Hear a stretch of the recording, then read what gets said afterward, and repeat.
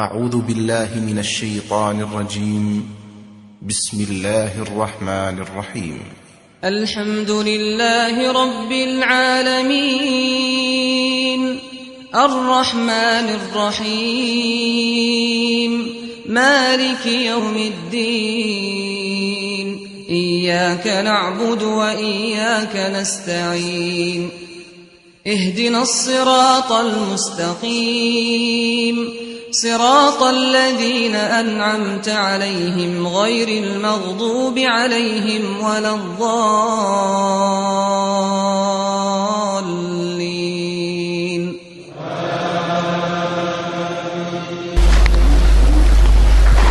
நம்ம பாட புத்தகமாக எடுத்திருப்பது முக்தசர் தசீலில் அகீதா அல் இஸ்லாமியா. தசீலுல் அகீதா அல் இஸ்லாமியா என்ற ஷேக் அப்துல்லாஹ் இப்னு அப்துல் அசீஸ் அல் ஜிப்ரீன் ஹஃபிதஹுல்லா இவருடைய புக்கத்தை நம்ம பாடப்புத்தகமாக எடுத்திருக்கிறோம். லாஸ்ட் வீக் இதில் உள்ள சில முக்கியமான தகவல்களை நம்ம பார்த்தோம். ஞாபகம் இருக்குமென்று நினைக்கிறேன் இன்ஷா அல்லாஹ்.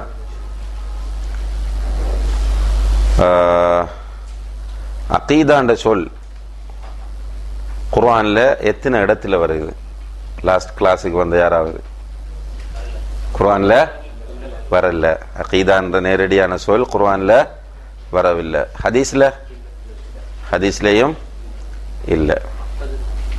அக்கதன என்ன மீனிங்? அக்கதண்டா கட்டினான், உடன்படிக்கை செய்தான் என்ற அதனுடைய ரூட் வேர்டுகள் வந்திருக்கு. ஆனால் நேரடியாக அகீதான்ற சொல் வரல. நீங்க பிரதர் ஸ்பெக்ஸ் அகீதாண்டால் என்ன? இஸ்லாமிய அகீதாண்டால்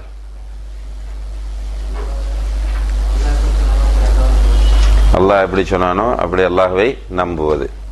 வேற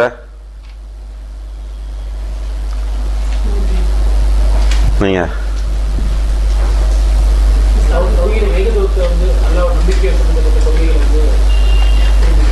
அப்படியா?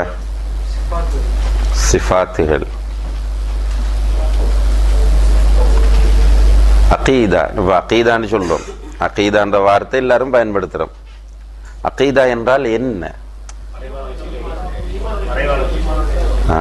ஈமான் கொள்ள வேண்டிய 6 அம்சங்களையும் உறுதியாக ஈமான் கொள்ளுவது, அதனோடு தொடர்பான விஷயங்களையும் ஈமான் கொள்ளுவது.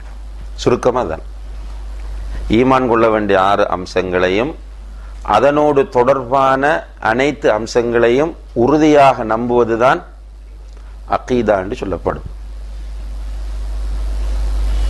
அகீதாவினுடைய ஒரு சிறப்பு சொல்லுங்க அப்துல் ரஷீத் பாய். இஸ்லாமிய அகீதாவினுடைய ஒரு சிறப்பு 3 சிறப்பு அம்சங்களை சொன்னோம். இல்ல, சிறப்பு அம்சங்கள். தௌகீஃபியா முதல் சிறப்பு அம்சம் என்னென்றால் அகீதா தௌகீஃபியா. தௌகீஃபியா என்றால் என்ன? யாரை சொல்ல முடியும்? Very good. தௌகீஃபியா என்றால் அகீதாவில் இஜ்திஹாதுக்கு சான்ஸ் இல்லை. இது அடிப்படை. இந்த அடிப்படை நமக்கு பதிவு செய்யப்பட்டிருந்தா இந்த குழப்பம் ஒன்றும் வராது. தௌகீஃபியா என்றால் என்ன? தௌகீஃபியா இஜ்திஹாதுக்கு நோ சான்ஸ், எந்த சான்ஸும் இல்லை. அகீதான்றது அல்லாஹ் சொல்றது, அல்லாஹ்வுடைய தூதர் சொல்றதான் அகீதா. இதுல ஒன்று மூளையை போடவே முடியாது. இது லாஜிக்கலி சாத்தியப்படுமா இல்லையா? இதெல்லாம் அகீதாவில் முடியாது. மேராஜுக்கு போனாங்கன்னா நம்பித்தான் ஆகணும். அல்லாஹ்வுடைய தூதர் சொல்லிட்டாங்க, எனவே நம்ம கிட்ட மாற்று கருத்து கிடையாது. அதனாலதான் அபூபக்கருக்கு ரலியல்லாஹு என்ன பேர் வந்துச்சு? சித்தீக். என்ன சொன்னாங்க? இதை விட பெரிய விஷயத்தை நான் நம்புறேன்னு. அபூஜஹல் போய் அவரை இதுல டைவர்ட் பண்ணலாம் அப்படின்னு நினைச்சிட்டு போய் சொல்றான். முகமது கொஞ்சம் உளர்றார் ஸல்லல்லாஹு அலைஹி வஸல்லம். என்னன்னு கேட்டா, இப்போ நைட்டோட நைட்டா ஒரு செகண்டுக்குள்ள பலஸ்தீன் போனாராம்.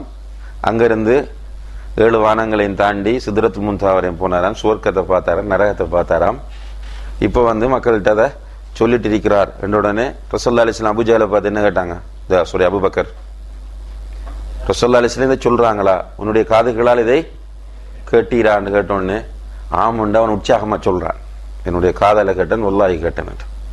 அப்போ உடனே அபூபக்கர் ரலியல்லாஹு அன்ஹு சொன்னாங்க, இதைவிட பெரியதை நான் நம்புகிறேன், இது நிச்சயமாக உண்மை என்றார்கள். அதோட பெரியது என்ன? வஹி வருதுன்னு சொல்றாங்க, நான் நம்புறேன், கண்ணால பார்க்கல. அப்ப அல்லாஹ்வுடைய தூதர் சொன்னா நம்பணும். அதுல உள்ளம் தடுமாறின மீனிங் அகீதாவில் தெளிவில்லைன்றது. இது இது பொருந்ததில்லை, அது பொருந்ததில்லை, இது ஒத்து வருவதில்லை, இந்த வாதம் வந்தாலே அகீதாவில் கோளாறு இருக்கு, இது பிதயத்வாதிகளுடைய ஒரு அடையாளம் என்பதை நம்ம புரிஞ்சுக்கணும். இது அகீதாவுக்கு இருக்கிற மிகப்பெரிய ஒரு சிறப்பு. இரண்டாவது சிறப்பு மறைவானது. இஸ்லாமிய அகீதாவோட தொடர்பான ஒன்றும் கண்ணுக்கு தெரியாது. அல்லாஹ் பார்த்திருக்கிறோமா, மலக்குகளை பார்த்திருக்கிறோமா, வேதங்களை பார்த்திருக்கிறோமா, இறங்குறத பார்த்தோமா? நமக்கு ரசூல் கூட கைப் தானே. அவர் ரசூல் என்று வந்து சொன்னதால நம்பினோம். அல்லாஹ் வந்து சொல்லலே ரசூல் என்று. மறுமை நாள், கலா கதிர் எல்லாமே மறைவானது. இது இரண்டாவது சிறப்பு. மூன்றாவது எல்லாம் இதில் உள்ளடக்கப்பட்டிருக்கு. இஸ்லாமிய அகீதாவில் வந்து எல்லாம் இருக்கு. எல்லாம் என்று சொன்னால் ஒரு மனிதன் சரியான முறையில் எதையெல்லாம் ஆசைப்படுவானோ அது அனைத்தும் அதில் இருக்கு. அல்லாஹோடு எப்படி தொடர்பு வைக்க வேண்டும், கடவுளோடு எப்படி தொடர்பு வைக்கணும், இஸ்லாமிய அகீதாவில் அதுக்கு வழிகாட்டல் இருக்கு, சரியான வழிகாட்டல் இருக்கு. அதே மாதிரி மற்ற கொடுக்கல் வாங்கல்கள், பொருளாதார விஷயம் எல்லாத்துக்குமே இஸ்லாமிய அகீதாவில் வழிகாட்டல் இருக்கு. இது இஸ்லாமிய அகீதாவினுடைய மிக முக்கியமான ஒரு சிறப்பம்சம். நீங்க சலஃப்னால யாரு?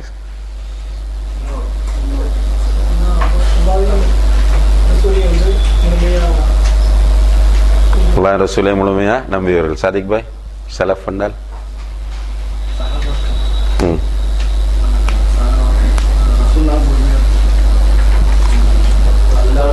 சலஃப் யார் சொல்லுவீங்க? சரியான பதில்.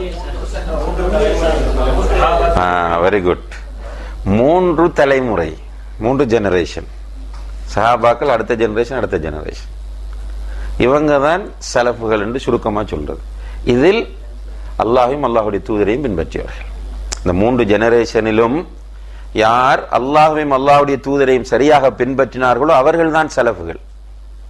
இப்ப நம்மட உதாரணமாக அப்துல் ஹமீத் பாக்கவி ரஹிமஹுல்லா யாரு? தமிழ்ல தர்ஜமாவை தந்தவர். இவர் ஒரு மாஷா அல்லாஹ் பெரிய ஒரு சேவந்த உம்மத்துக்காக செய்தவர். அவருடைய தவறுகள் இருந்தால் அல்லாஹ் தஆலா அவரை மன்னிக்க வேண்டும். இவர் சலஃப் என்று சொல்லலுமா? இல்லை, இவர் சலஃப் இல்லை. இவர் போன நூற்றாண்டில் வாழ்ந்தவர். சலஃப் என்பவர்கள் ஆரம்பம் 3 ரசூலுல்லாஹ்வுடைய நூற்றாண்டு, அதற்கு அடுத்த நூற்றாண்டு, அல்லது 3 ஜெனரேஷன். ரசூலுல்லாஹ் காலத்தில் உள்ள ஜெனரேஷன், அடுத்த ஜெனரேஷன், அடுத்த ஜெனரேஷன். இதில் குர்ஆன் சுன்னாவை சரியாக பின்பற்றியவர்கள் தான் சலஃபுகள். அப்ப இதுக்கு ஆப்போசிட்டான வேர்டு என்ன? ஹலஃப். இந்த கொள்கைக்கு மாற்றமான கொள்கையை, சலஃபுகள் கொண்டிருந்த கொள்கைக்கு மாற்றமான கொள்கையை கொண்டவர்கள் அனைவரும் ஹலஃபுகள். அவங்க ஆரம்ப காலத்திலையும் வாழ்ந்திருக்கலாம், இந்த காலத்திலையும் வாழலாம். ஆனால் அவங்களை எப்படி அழைப்போம்? ஹலஃப்னு தான் அழைப்போம். உதாரணமாக வாசில் இப்னு அத்தா யாரு? ஒரு ஹலஃப். அபு மன்சூர் அல் மாத்துரிதி ஒரு ஹலஃப், ரைட்? ஜஹம் இப்னு சஃப்வான் ஒரு ஹலஃப். அப்ப இந்த டேர்ம் முக்கியமானது. அடுத்தது அஹ்லு சுன்னா வல் ஜமாஅ என்ற இந்த பெயர் எப்ப முஸ்லிம்களால் பயன்படுத்தப்பட்டது? Very good. அலி ரலியல்லாஹு அன்ஹுடைய காலத்துல தான் பயன்படுத்தப்பட்டது. சஹாபாக்கள்ல யார் பயன்படுத்தியதாக நமக்கு தெரிய வருது? அப்துல்லாஹ் இப்னு அப்பாஸ் ரலியல்லாஹு அன்ஹுமா பயன்படுத்தியதாக தெரிய வருது. இப்னு கஸீர் ரஹ்மத்துல்லாஹ் அந்த செய்தியை நமக்கு பதிவு செய்றாங்க. அஹ்லு சுன்னா வல் ஜமாஅ என்பதும் குர்ஆன் சுன்னாவை சரியான முறையில் பின்பற்றக்கூடிய மக்களை குறிக்கும். சஹாபாக்கள் புரிந்து கொண்ட முறையில் குர்ஆன் சுன்னாவை புரிந்து கொள்ளக்கூடிய மக்களைத்தான் அஹ்லு சுன்னா வல் ஜமாஅ என்ற வார்த்தை உள்ளடக்கும்.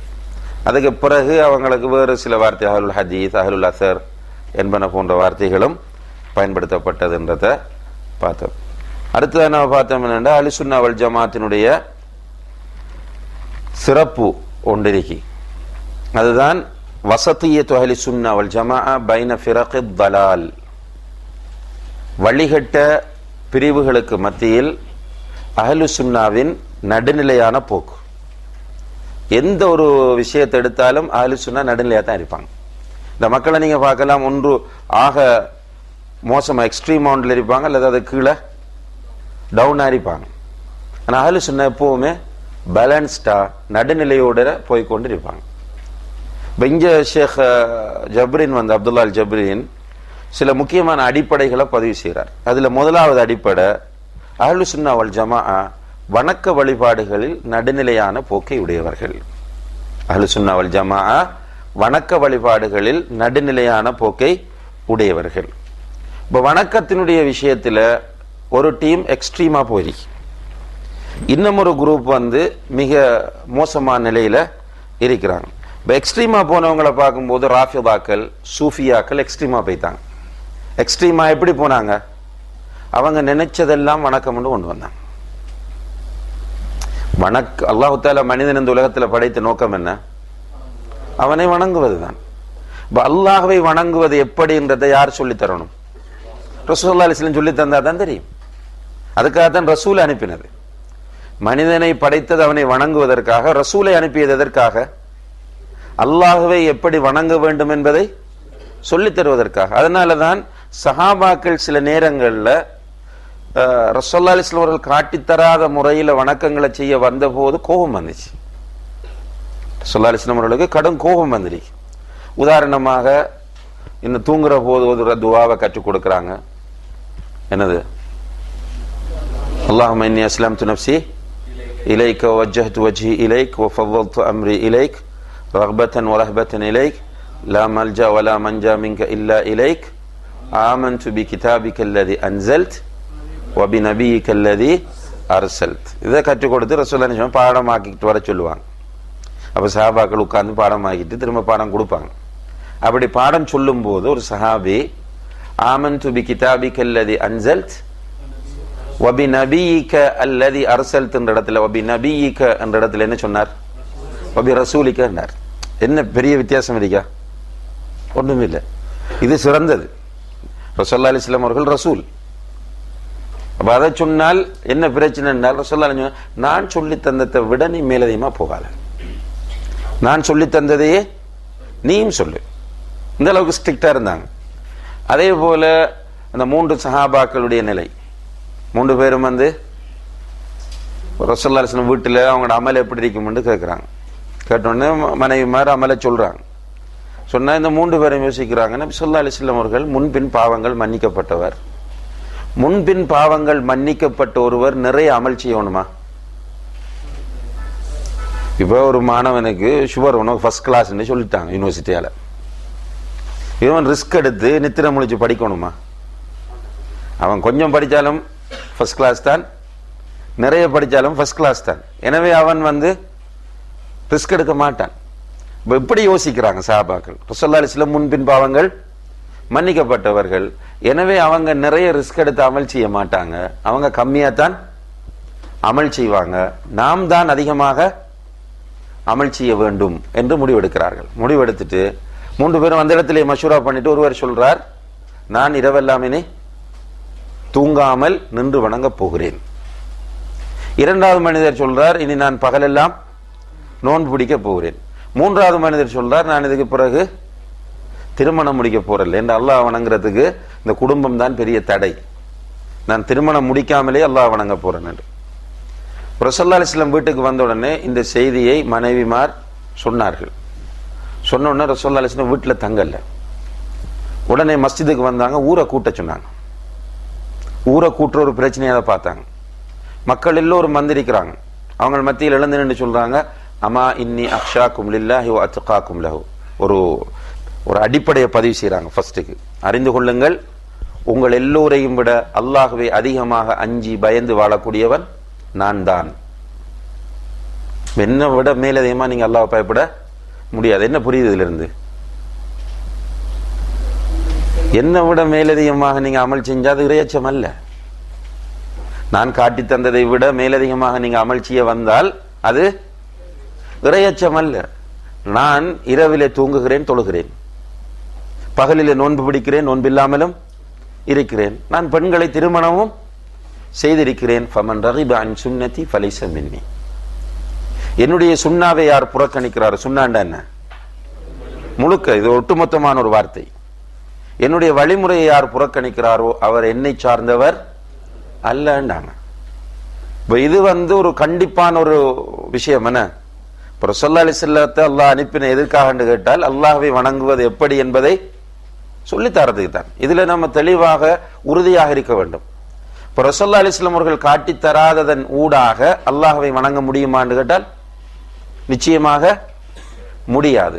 அப்ப அதுக்குன்ற ஒரு லிமிட் இருக்கு, அந்த லிமிட்டை தாண்டக்கூடாது. ஆனா சூஃபிகளும் ராஃபிதாக்கள் யாரு? ஷியாக்கள். இந்த டேர்ம்ஸ்களை நீங்க பழகணும் சொல்லி. நம்மளை சும்மாவே இந்த தீனுடைய விஷயத்துல இந்த சுன்னத் பித்அத்ன்றதை மட்டும் சொல்லிட்டு ஒன்னும் தெரியாதவங்களா மாத்தி போட்டாங்க. நம்ம ஒரு இல்முள்ள ஒரு சமூகத்தை இன்ஷா அல்லாஹ் உருவாக்கணும்.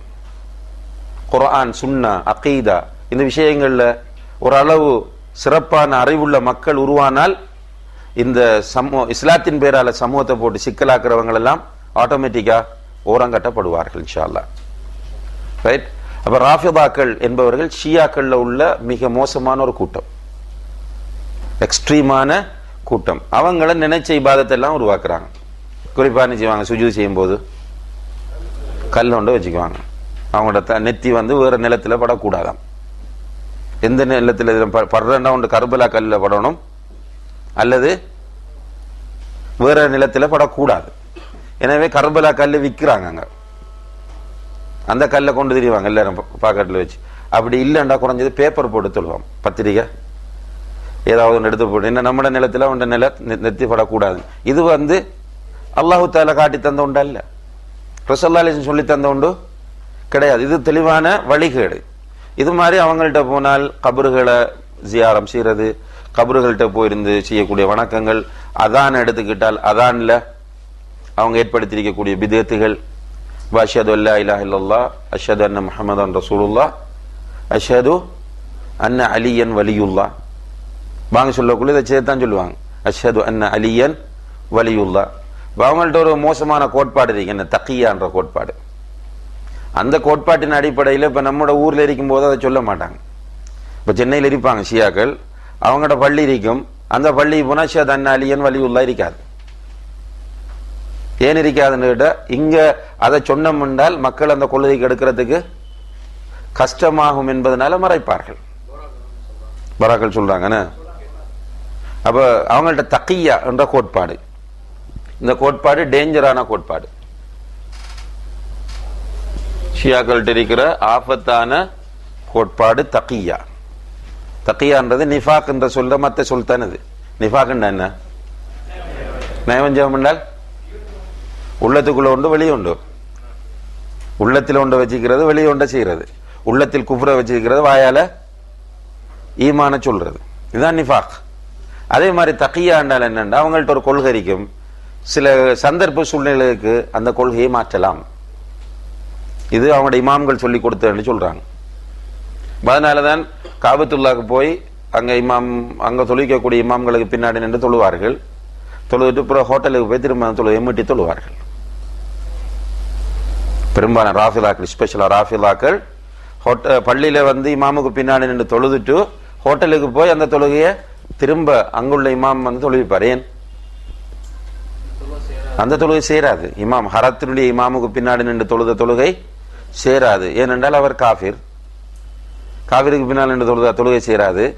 எனவே அந்த இடத்துல ஏன் தொழுதீங்கன்னு கேட்டா, தக்கியா கோட்பாட்டின் அடிப்படையில் தொழுதோம், உண்மையான தொழுகையை ஹோட்டலுக்கு தொழுகிறோம் என்று சொல்லுவார்கள். இவங்க நிறைய பித்அத்துகள், எல்லா சப்ஜெக்டுக்குள்ளேயும் போனால் பித்அத்தான் அவங்கள்ட்ட. அதே மாதிரி சூஃபியாக்களுடைய பித்அத்துகளை நம்ம நல்லா அனுபவிக்கிறோம். எல்லாத்திலையும் இருக்கு. கபூர்ல இருந்து ஆரம்பிச்சு முழுக்க அவங்க பித்அத்துகளை உருவாக்கி வச்சிருக்கிறாங்க. என்னண்டா, எப்படி மனம் சொல்லுதோ அப்படியெல்லாம் அல்லாஹ்வை வணங்குவது. இன்னமொரு பக்கம் நுசைரியான்ற ஒரு கூட்டம். நுசைரியா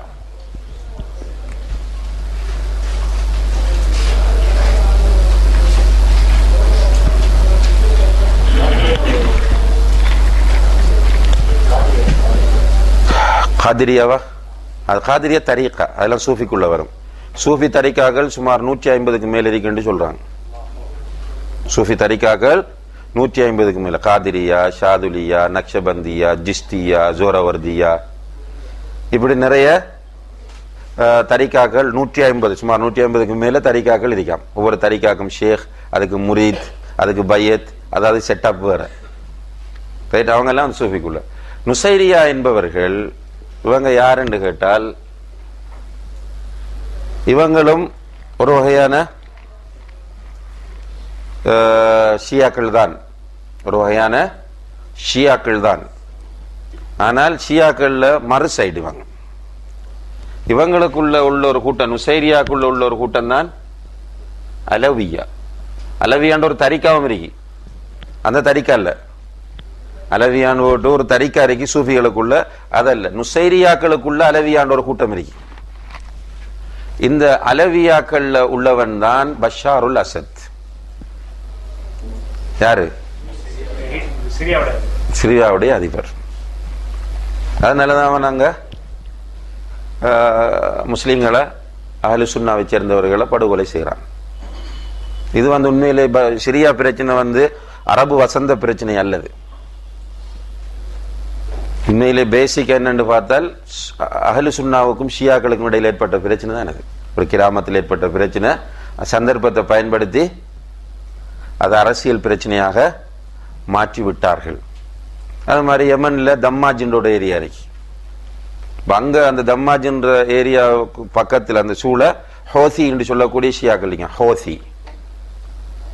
அந்த ஷியாக்கள் தம்மாஜை ரவுண்ட் அப் பண்ணி தம்மாஜுக்குள்ள போய் நிறைய கொலை செய்வாங்க சொல்றாங்க. அங்க இருந்தவங்கள்ட்ட கேட்டால் அந்த ஹோசிகள் இருக்கிற ஏரியாவுக்கு போய் உயிரோட வாரதே பெரிய விஷயமா, பெரிய ரவுடிகள் ஷியாக்கள் தான்.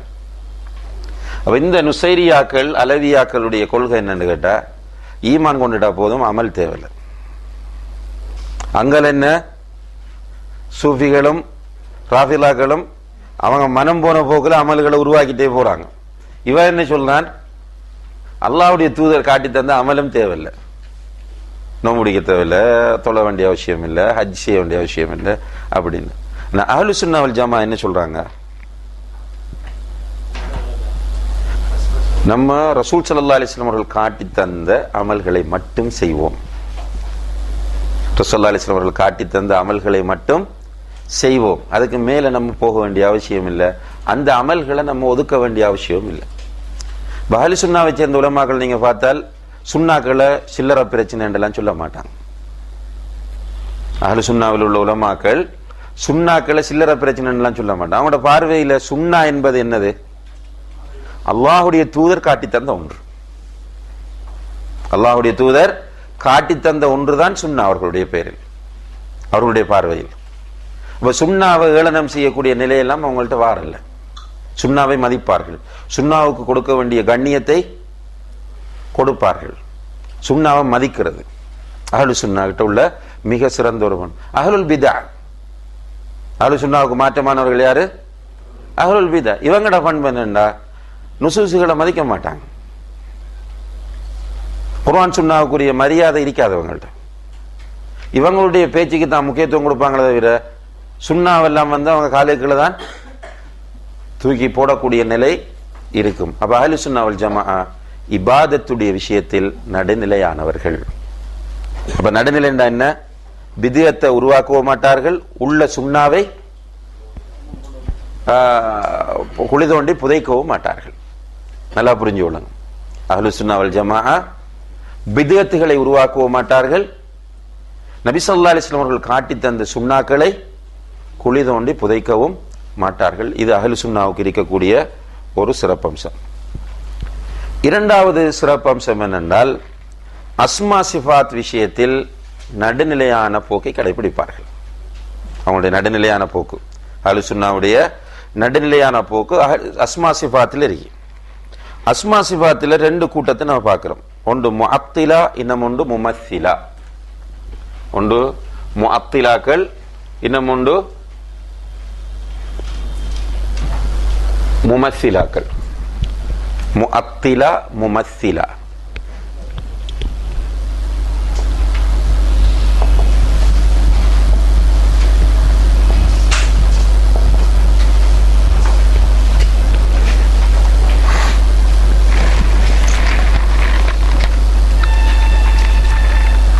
முஅத்திலாக்கள் யாரு? அல்லாஹுடைய அஸ்மாக்களையும் சிஃபாத்துகளையும் அப்படியே செயலிழக்க செய்வர், இல்லைன்னு மறுக்கிறவர். அல்லாஹ்க்கு அஸ்மாக்களும் கிடையாது, சிஃபாத்துகளும் கிடையாது, அல்லது அல்லாஹ்க்கு அஸ்மாக்கள் இருக்கு, சிஃபாத்துகள் கிடையாது, அல்லது அல்லாஹ்வுக்கு சிஃபாத்துகள் இருக்கு, ஆனா அது உண்மையான சிஃபாத்துகள் இல்ல. இப்படி சொல்றவங்க முஅத்திலாக்கள். முமத்திலாக்கள் என்று சொன்னா அல்லாஹுடைய சிஃபத்துகளை அடியார்களுடைய சிஃபத்தோடு ஒப்புடுறவங்க. அல்லாஹுடைய சிஃபத்துகளை அடியார்களுடைய சிஃபத்துகளோடு ஒப்பிடுவாங்க. உதாரணமாக என்னுடைய கை அல்லாஹுடைய கையை போலன்னு சொல்லுவாங்க. என்னுடைய கை அல்லாஹுடைய கையை போல, அல்லது அல்லாஹுடைய முகம் என்னுடைய முகத்தை போல என்று சொல்லுவாங்க. முமத்திலாக்கள் என்று சொல்றது. அஹ்லு சுன்னா வல் ஜமாஅ இந்த ரெண்டு டீமுக்குள்ளேயும் இல்லை. ஒரு டீம் முஅத்திலா. முஅத்திலாக்களுக்குள்ள யார் வராங்க? ஜஹ்மியாக்கள் வராங்க. முஅத்திலாக்களுக்குள்ள யார் வருவாங்க? ஜஹ்மியாக்கள். ஜஹ்மியாக்கள் என்ற கூட்டத்தை உருவாக்கினது யாரு? ஜஹ்ம் இப்னு சஃப்வான். ஜஹ்ம் இப்னு சஃப்வான். இந்த ஜஹ்ம் இப்னு சஃப்வான் என்ன கொள்கையை பரப்பினார் என்றால், அல்லாஹ்வுக்கு அஸ்மாக்களும் கிடையாது, சிஃபாத்துகளும் கிடையாது. அது சும்மா அரபு எழுத்துக்கள். அர் ரஹ்மான் அர் ரஹீம் என்பதெல்லாம் அரபு எழுத்துக்கள் தான். அதுக்கு ஒன்றும் இல்லை, அது இஸ்மும் இல்லை, சிஃபத்தும் இல்லைன்னு மறுக்க ஆரம்பித்தார். இதிலிருந்து தான் உலகத்தில் மிகப்பெரிய கொள்கை சிக்கல் உருவாகுது. உலகத்தில் ஏற்பட்ட மிகப்பெரிய கொள்கை சிக்கல் உருவாக்கப்பட்டது இந்த ஜஹ்மால தான். அவங்கள்ட்ட இருந்துதான் இந்த யாரு வஹ்தத்துல் வஜூத் பேசக்கூடிய மக்கள் எல்லாம் உருவானது. அந்த பின்னணியில் இருந்துதான், ஜஹ்ம் இப்னு சஃப்வானுடைய கொள்கையில் இருந்துதான் வஹ்தத்துல் வஜூத். வஹ்தத்துல் வஜூத் என்ன? எல்லாம் இறைவன் என்றது. வஹ்தத்துல் வஜூத் என்றது எல்லாம் இறைவன் என்ற கோட்பாடு. இந்த கோட்பாட்டு எல்லாம் வந்தது ஜஹ்ம் இப்னு சஃப்வானுடைய கொள்கை.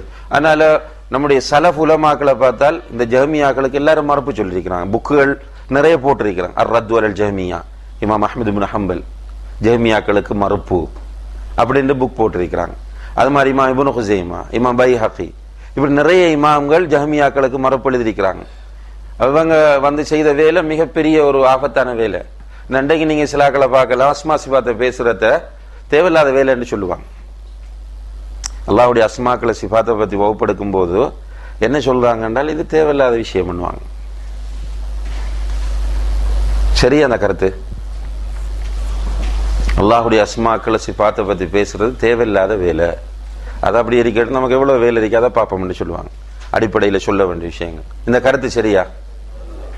இல்ல, தவறு, மிகப்பெரிய தவறு. ஏனென்றால் ஒரு மனிதன் அடிப்படையில் முதலாவது அறிய வேண்டியது யாரை பற்றி? அல்லாஹ்வை பற்றி. அல்லாஹ்வை பற்றி அவனுக்கு சரியாக தெரியவில்லை என்றால் அல்லாஹ்வை வணங்குவானா? அல்லாஹ்வை சரியான முறையில் அறியாதவன் அல்லாஹ்வை வணங்க முடியாது. எனவே அல்லாஹ்வை பற்றிய தெளிவான அறிவை வழங்குவது எது? அஸ்மா சிஃபாத். அல்லாஹ்வை பற்றி சரியா புரிஞ்சு. அதனால சலஃப் அறிஞர்கள் எல்லாருமே அஸ்மா சிஃபாத்தை பேசியிருக்கிறாங்க. சலஃபில் உள்ள அறிஞர்கள் எல்லாருமே அஸ்மா சிஃபாத்தை பேசியிருக்கிறார்கள். இப்ப நமக்கு இது ஒரு அந்நியமான பகுதியா போயிடுது. நம்ம தௌஹீத் பேசினதான் 50 வருஷமா. ஆனா அஸ்மா சிஃபாத்தை பத்தி நமக்கு தெரியாது. நமக்கு தெரிஞ்ச தௌஹீத் எல்லாம் என்ன? குறிப்பிட்ட காலங்களுக்கு முன்னால நமக்குண்டு சில அடையாளங்கள். ஒருவர் தௌஹீத்வாதி என்பதற்கு அடையாளம் ஒன்றென்ன? தொப்பி அணிய மாட்டார், 2வது விரல செய்ப்பார், 3வது நெஞ்சில் தக்பீர் கட்டுவார், 4வது குனூத்தில் கையேந்த மாட்டார், 5வது கூட்டு துவா ஓத மாட்டார். தௌஹீத்வாதிக்குரிய அடையாளங்கள். நமக்கு அஸ்மாவும் தெரியாது, சிஃபாத்தும் தெரியாது. ரைட்? நமக்கு உசூல் அஹ்லி சுன்னா வல் ஜமாஅ என்றால் என்னன்னு தெரியாது, சொல்லி தரல. இதாலதான் இன்றைக்கு ஹதீஸை மறக்கும் போது நமக்கு சின்ன விஷயமா இருக்காது. அவங்களே இந்த அடையாளத்தில் சொல்லி தந்தவங்க இந்த ஹதீஸ் நம்மளோட அறிவுக்கு பொருந்ததில்லை அப்படின்னு சொல்லும் போது நமக்கு சின்ன விஷயம் மாதிரி. இப்ப போற இடம் இல்லாம தான் கேள்வி. வன்மையில் இஸ்மாயில் சலவி ஒரு கிளாஸ் நடத்தும் போது ஒரு கேள்வி பதில் நிகழ்ச்சியில ஒருவர் குடும்பத்தோட சொல்றார், நான் என்ன குழந்தை 2 பேர் இருக்கிறாங்க, லேடிஸ் சைட்ல 2 வைஃப் இருக்கிறா, எனக்கு எல்லாம் சூனியம் செஞ்சு காட்டுங்கன்னு கேட்கிறார். இஸ்மாயில் சலவி சொல்றார், நான் சூனியம் செய்யறது குஃப்ருன்றேன், சூனியம் செய்வது குஃப்ரு என்று சொல்றேன். சூனியத்தை கற்றுக்கொள்வதும் குஃபர் என்று சொல்றேன், சூனியம் செய்யறது கூடாது என்று பேசுறேன். என்கிட்ட போய் சூனியம் செய்யுங்கன்னு சொன்னா உங்களோட அறிவு எங்கன்னு கேட்கிறார். திரும்ப அவர் கேட்கிறாரு என்றால், அப்ப அஜு ஐச்சம்பழத்தை சாப்பிட்டுட்டு நஞ்சை குடிச்சு காட்டுங்க, நான் உங்களுக்கு நஞ்சு கொண்டு வந்து கொடுக்குறேன், பாய்சன் விஷத்தை கொடுக்குறேன், நீங்க வந்து அஜு ஐச்சம்பழத்தை சாப்பிட்டு குடிச்சு காட்டுங்க. அப்ப இஸ்மாயில் சிலை சொன்னார், ரைட், அது அப்படி இருக்க. இப்ப நீங்க இந்த சேலஞ்ச் எதுக்காக பண்றீங்க? அந்த ஹதீஸ் பொய் என்று ப்ரூவ் பண்றது தானே. நீங்க என்ன பண்ணுங்கண்டா, நீங்களும் உங்களோட குழந்தைகளும் அஜு ஐச்சம்பழத்தை சாப்பிட்டு நஞ்சை குடிச்சு செத்து காட்டுங்க, இந்த ஹதீஸ் வந்து பொய் என்று ப்ரூவ் ஆகட்டும், நீங்க இஸ்லாத்துக்காக ஷஹீதான நன்மை உங்களுக்கு கிடைக்கும் என்று அவங்களுக்கு சொல்லி காட்டினார். என்னென்றால் இதுதான் இப்ப ஒரு வகையாக மக்களை அறிவுறுது. என்ற மக்களுக்கு பேசிக் இல்லை. நான் சொன்ன மாதிரி அஸ்மா சிஃபாத் யாருக்காவது இதுவரைக்கும் இதுல ஒரு 10 வருஷமா தகுதியில் இருக்கிறவங்க கைத்துங்க பார்ப்போம். நினைக்கிறாங்க ஆரம்பத்தில் உள்ள ஆள் ஹாஜியார் சுலைமான் ஹாஜியார். அஸ்மா சிஃபாத் படிச்சிருக்கிறீங்களா நீங்க? இந்த அளவுக்கு எல்லாம் உங்களுக்கு படிக்கல. அஹ்லு சுன்னா வல் ஜமாத் என்ற வார்த்தையே உங்களுக்கு அறிமுகப்படுத்தல. உலமாக்கள் உங்களை காட்டவே இல்லை. அப்ப என்ன நடக்கும் என்றால் வந்து லாஜிக்கலாக ஒரு விஷயத்தை சொல்லும் போது அதுதான் நமக்கு சரி என்று படுகுது. பெரிய ஒரு சிக்கலுக்குள்ள நம்ம மாட்டிருக்கிறோம். இன்றைக்கு சூஃபிகளோட ராஃபிலாக்களோட செய்யற சண்டையை விட இவங்களோட செய்ய வேண்டிய போராட்டம் மிக கடுமையானது, ஆபத்தானது. என்னால் மக்கள் மத்தியில் என்ன பேர் வந்திருக்கு? தௌஹீத்வாதிகள் என்ற பேர். அப்படி இருக்கும்போது மிக கஷ்டமானது. இப்ப எதற்காக இதை சொல்றேன் என்று கேட்டால், சில அந்த வழிகேடுகள் உருவாகிற இடங்கள் எங்கன்னு பார்த்தால் பேசிக்கா போய் முடியுது ஜஹம் இப்னு சஃப்வான்ல. ஜஹம் இப்னு சஃப்வான் அடுத்தாள் யாரு? முத்தஸிலா. முத்தஸிலா என்ன சிஃபாத்துகள் எல்லாம் மறக்கிறாங்க. ஜஹமியாக்கள் என்ன பண்ணிட்டாங்க? அஸ்மாக்களும் இல்ல சிஃபாத்துகளும் இல்லைன்னு சொல்லிட்டாங்க. முத்தஸிலாக்கள் என்ன சொன்னாங்க? சிஃபாத்துகள் இல்லைன்னா. ரெண்டு பேரும் எதை அடிப்படையாக கொண்டு இந்த கொள்கையை பதிவு செஞ்சாங்க? யார் தெரிஞ்சவங்க? ஜஹ்மியாக்கள் என்ன சொன்னாங்க என்றால், அல்லாஹுக்கு பேர்களும் இல்ல பண்புகளும் இல்லைன்னாங்க. முத்தஸிலாக்கள் சொன்னாங்க அல்லாஹ்க்கு பேர் இருக்கு, ஆனா பண்புகள் கிடையாது. அல்லாஹ் வருகிறான், அல்லாஹ் சிரிக்கிறான், அல்லாஹ் கை இருக்கு, அல்லாஹுக்கு கேட்கும் தன்மை இருக்கு, அல்லாஹுக்கு ரஹ்மத் செய்யும் தன்மை இருக்கு, இதெல்லாம் கிடையாது என்று சொன்னாங்க. எதை ஆதாரமாக வச்சு சொன்னாங்க? இல்ல, அக்ல், அறிவு தான். என்ன சொன்னாங்க என்றால், அல்லாஹுக்கு கை இருக்குன்னு சொன்னா அடியான போல வந்துடுவான். அறிவுக்கு அப்படித்தான் படுது. அல்லாஹுக்கு பாதம் இருக்குன்னா அடியான போல நினைச்சிடுவான். எனவேதான் இதையெல்லாம் மறுப்போம். என்ன ஆதாரம்? அக்ல். இப்ப பாருங்க, வழிகேடுகள் ஆரம்பிக்கிற வேர்களாக இந்த முத்தஸிலாக்களும் ஜஹ்மியாக்களும் இருக்கிறாங்க. அதுல இருந்து தான் அபுல் ஹசன் அல் அஷ்அரி ரஹ்மஹுல்லாஹ் என்று சொல்லக்கூடிய அறிஞர், கேள்விப்படுறீங்களா பேர்? அஷாயிராக்கள். அபுல் ஹசன் அல் அஷ்அரி அவர் பேர், இமாம்ட பேர். இவர் ஃபர்ஸ்டுக்கு முத்தஸிலாக்களுடைய கொள்கையை ஆதரித்தார், அந்த அறிவுபூர்வமா இருக்குன்னு சொல்லி. அதுக்கு பிறகு உட்கார்ந்து படிக்க படிக்க படிக்க அது தப்பு என்று அவருக்கு புரிஞ்சிச்சு. அதுல இருந்து வெளியாகிறார். குல்லாப் என்று சொல்லக்கூடிய முகமது இப்னு குல்லாப் என்ற ஒருவரோட சேர்ந்துட்டு வெளியே வரார். வந்து அதுவும் அவருக்கு சிக்கலா தன்றிக்கு. அதுக்கு பிறகு அவர் மாத்துருதியாண்ட அபு மன்சூர் அல் மாத்துருதியோட தொடர்பு ஏற்படுது. அதுக்கு பிறகுதான் அபுல் ஹசன் அஷ்அரி என்ன செய்கிறார் என்றால், அந்த எல்லாத்திலிருந்தும் வெளியே வந்து அவர் ஒரு கொள்கையை உருவாக்குறார். சிஃபாத் எங்க பிரச்சனை எங்க வந்துச்சு? ஜஹ்மியாக்களுக்கும் முத்தஸிலாக்களுக்கும் சிஃபாத்லாம் வருது பிரச்சனை. எனவே அவர் வந்து இதுக்கு மாற்றமான ஒரு கருத்தை முன்வைக்கிறார். என்னன்னு கேட்டால், சிஃபத் இருக்கி, சிஃபத் இல்லைன்னு சொல்லக்கூடாது, சிஃபத் இருக்கி, ஆனா எல்லா சிஃபத்தும் இல்லை. சில சிஃபத் இருக்கி, சில சிஃபத் இல்லை. ஒரு பேலன்ஸ் பண்ண ட்ரை பண்ணினார்.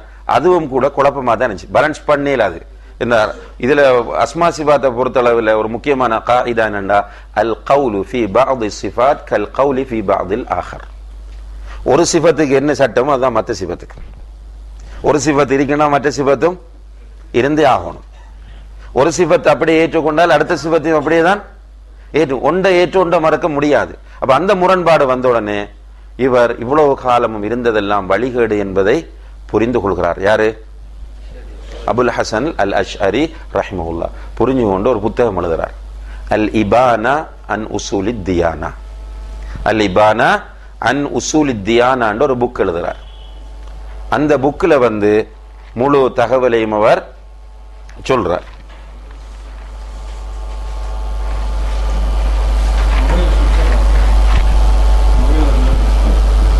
இந்த மொபைல் கால் வர தெரியல.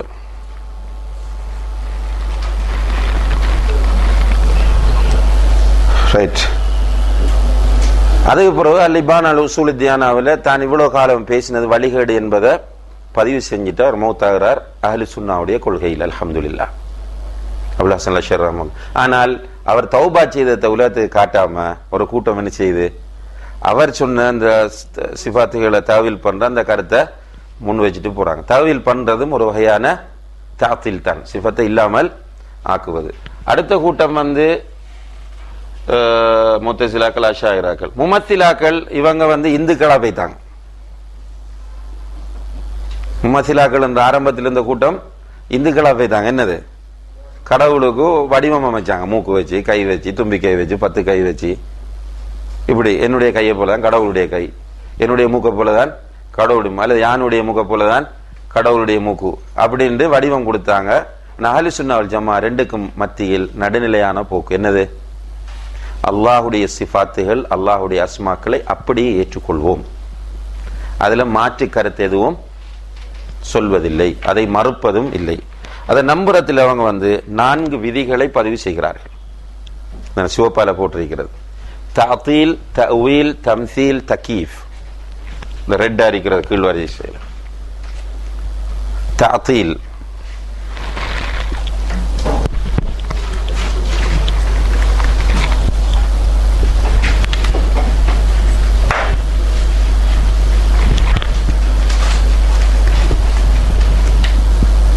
முதலாவது தஅத்தீல்,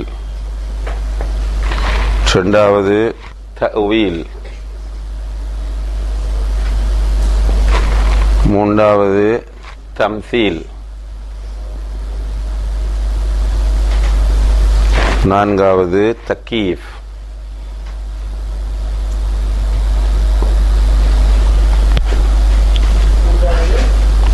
மூன்றாவது தம்சீல்,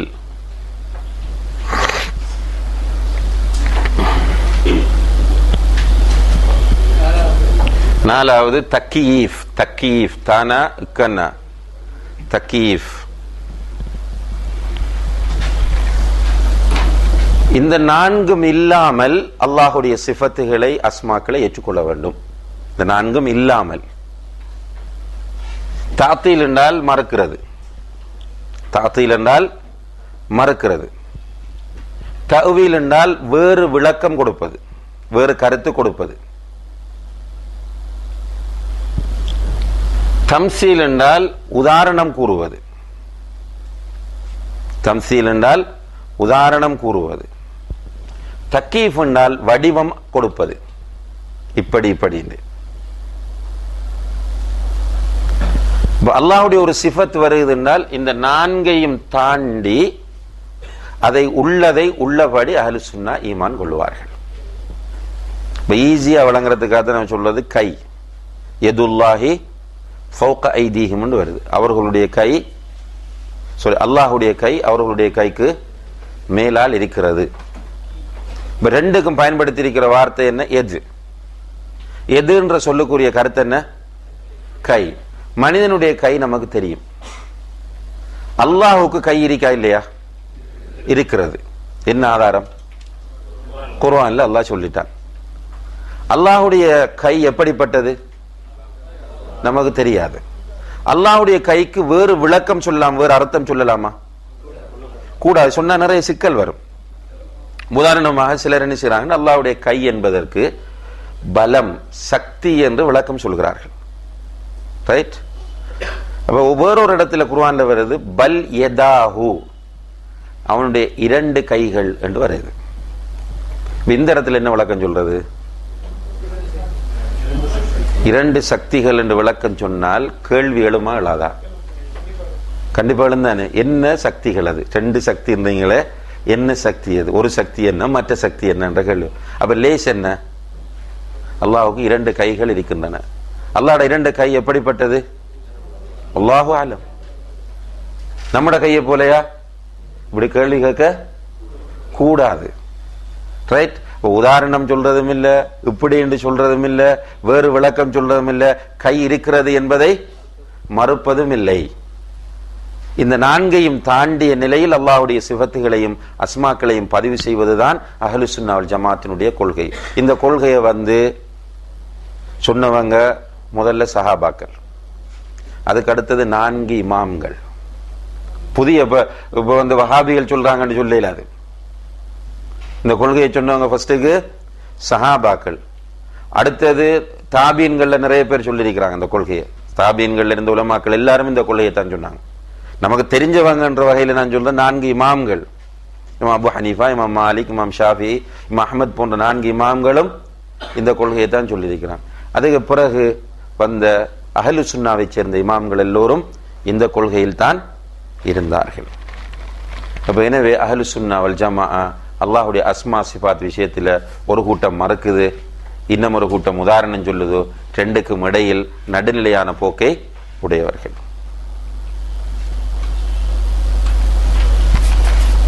மூன்றாவது நடுநிலை கலா கதிர் விஷயத்தில் அவர்களிடம் உள்ள நடுநிலை. அஹ்லு சுன்னah வல் ஜமாஅ கலா கதிருடைய விஷயத்திலே நடுநிலையான போக்கு. யார் யாருக்கு மத்தியில நடுநிலை? கதரியாக்களுக்கும் ஜபரியாக்களுக்கும் இடையில. கதரியாக்கள், ஜபரியாக்கள்.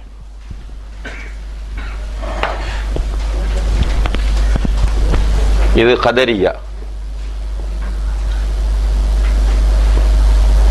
கதரியான காதிரியா இல்ல, காதிரியா அது தரீகா, இது கதரியா. இவங்க ஜபரியா.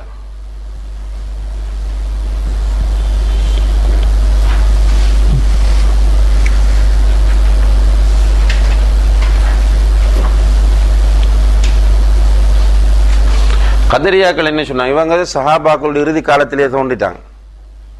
சஹாபாக்களுடைய இறுதி காலத்தில் தோன்றிய ஒரு கூட்டம் தான் கதரியாக்கள். பிதுகத்துகள்ல ஃபர்ஸ்ட் பிதுகத்துன்னு சொல்லலாம் இதை. அப்ப இவங்க என்ன சொன்னாங்கண்டா, அடியார்கள் அவர்களுடைய செயல்களை படைத்துக் கொள்கிறார்கள், இதுக்கு அல்லாஹ்க்கு சம்பந்தம் இல்லை. புரியுதா?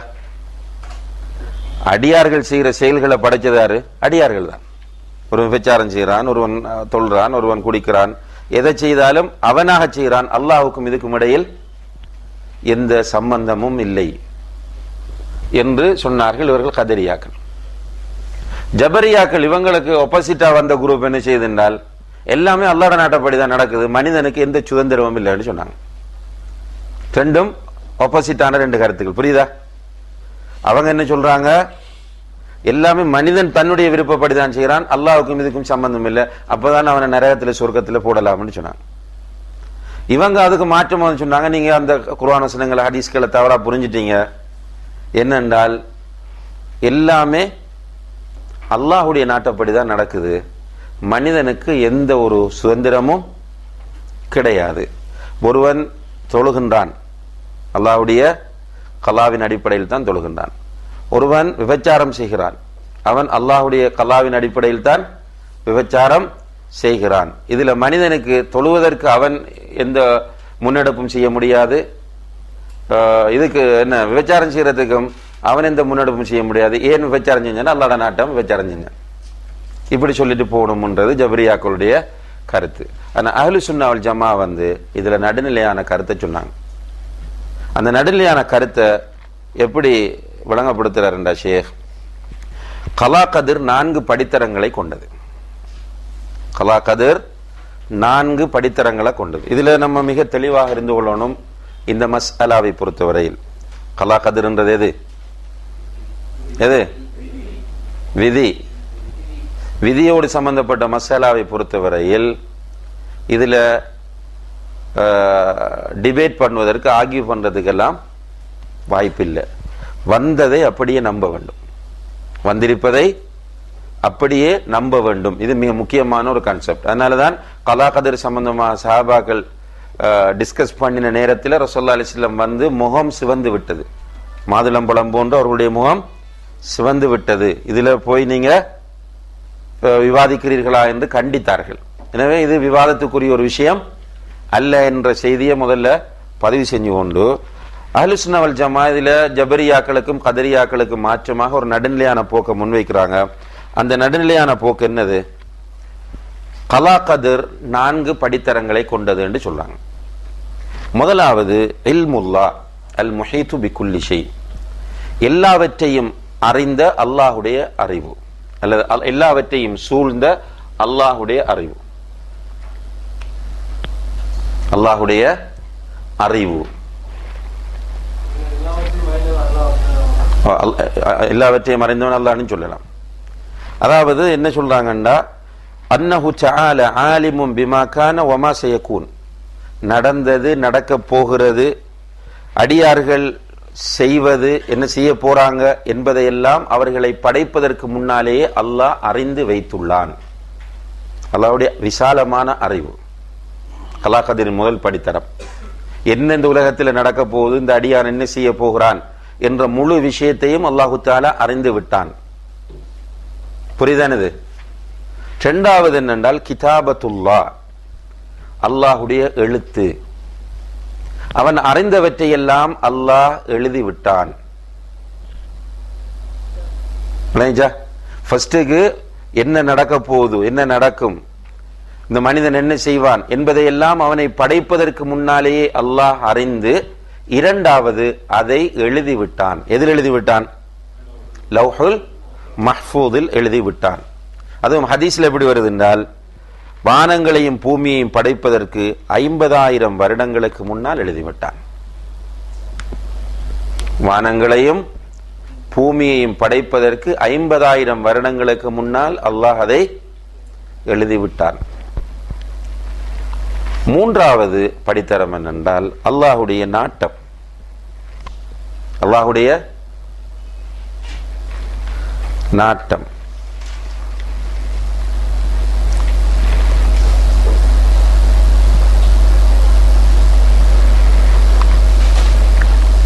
இந்த உலகத்தில் எது நடந்தாலும், எது நடப்பதாக இருந்தாலும் அல்லாஹுடைய நாட்டத்தின் அடிப்படையிலே தான் அது நடக்கும். இதுதான் அல்லாஹுடைய நாட்டம் என்பது. அல்லாஹ் நாடித்தான் அப்படி நடக்கணும் என்று.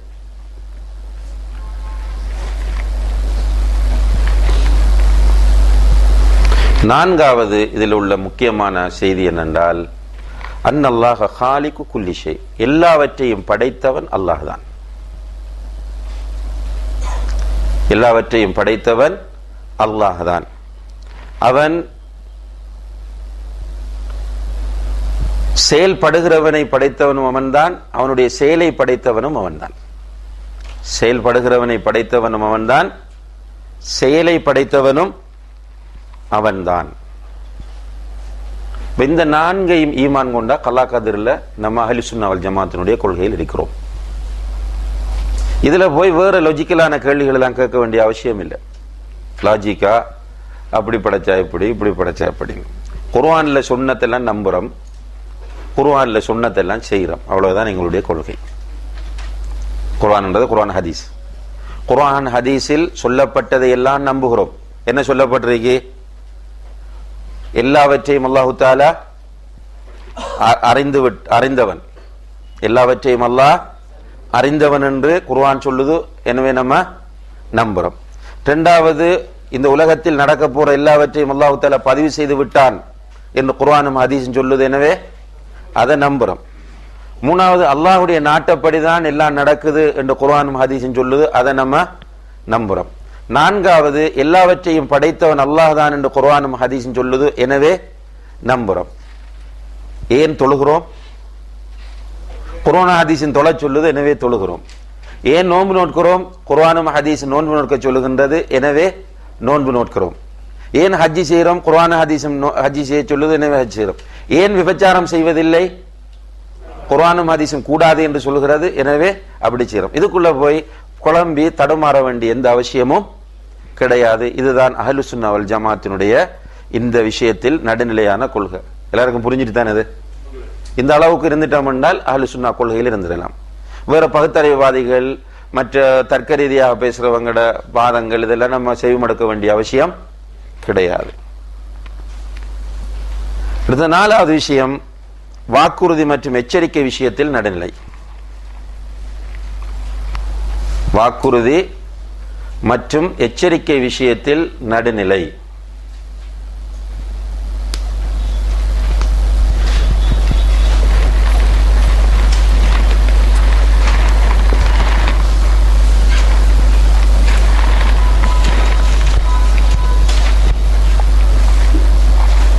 வாக்குறுதி எச்சரிக்கை என்னென்ன? சொர்க்கம் கிடைக்கும் என்ற வாக்குறுதியும் நரகம் கிடைக்கும் என்ற எச்சரிக்கையும். இந்த விஷயத்தில் நடுநிலை. எதுல யாருக்குள்ள நடுநிலை என்றால் வஐதியான்ற ஒரு கூட்டமும் முர்ஜியான்ற ஒரு கூட்டமும் வந்தாங்க. வஐதியா அடுத்தது வஐதியா அடுத்தது முர்ஜியா.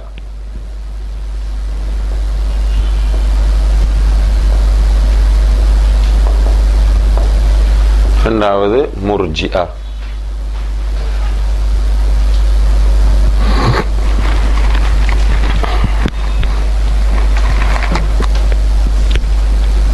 வஐதியா முர்ஜியா 2 கூட்டம், ரெண்டு துருவங்கள். வஐதியான்றதுக்குள்ள நிறைய பேர் வருவாங்க. பிரதானம் இதுக்குள்ள யார் வராங்க என்றால் ஹவாரிஜ். வஐதியாக்குள்ள வரக்கூடியவர்கள் ஹவாரிஜ். இப்ப புரியுதா? எச்சரிக்கையோடு சம்பந்தப்பட்ட குர்ஆன் வசனங்களையும் ஹதீஸையும் பிழையாக அப்ளை பண்ணியவர்கள். வஐதியான்றவங்க அந்த குர்ஆன் வசனங்களையும் ஹதீஸையும் தவறாக பிராக்டிஸ் பண்ணினாங்க. எப்படி தவறாக பிராக்டிஸ் பண்ணாங்க? முதலாவதாக சிஃபின் அந்த நிகழ்வின் போது ஞாபகம் வருது. சிஃபின் அஹ்லு சுன்னா வல் ஜமா என்ற அந்த கான்செப்ட்ல முஆவியா ரலியல்லாஹு அன்ஹுவுக்கும் அலி ரலியல்லாஹு அன்ஹுவுக்கும் இடையில் நடந்த அந்த நிகழ்வு. அந்த நிகழ்வுல குர்ஆனை தூக்கி பிடிச்சிட்டு இனில் ஹுக்மு இல்லா லில்லாஹ், ஆட்சி அதிகாரம் அல்லாஹ் ஒருவனுக்கே உரியது என்று சத்தம் போட்டுக்கொண்டு இருந்தவர்கள் எல்லோரையும் காஃபிராக்கிய நிகழ்வு. என்ன குர்ஆன் வசனம் கொண்டு வருது? வமல்லம் யஹ்கும் பிமா அன்ஸலல்லாஹு ஃபஉலாயிக ஹுமுல் காஃபிரூன். யார் ஒருவர் அல்லாஹ் இறக்கி வைத்ததை கொண்டு தீர்ப்பு வழங்கவில்லையோ அவர் காஃபிராகி விடுவார். இந்த குர்ஆன் வசனத்தை வச்சுக்கொண்டு அலியும் காஃபிர், மற்றது யாரு? முஆவியாவும் காஃபிர் என்று சொன்னாங்க. என்ற 2 பேரும் குர்ஆனை கொண்டு தீர்ப்பு வழங்கல் என்று சொன்னாங்க. சொல்லிட்டு ஒரு கான்செப்ட் உருவாக்குறாங்க, பெரும் பாவம் செய்தவர்கள். பெரும் பாவம் செய்தவர்கள் இவங்க யாரு? காஃபிர்கள். ஹவாரிஜிகள் சொல்லக்கூடிய கொள்கை என்னென்றால் பெரும்பாவம் செய்தவர்கள் காஃபிர்கள். பெரும்பாவம் என்ன?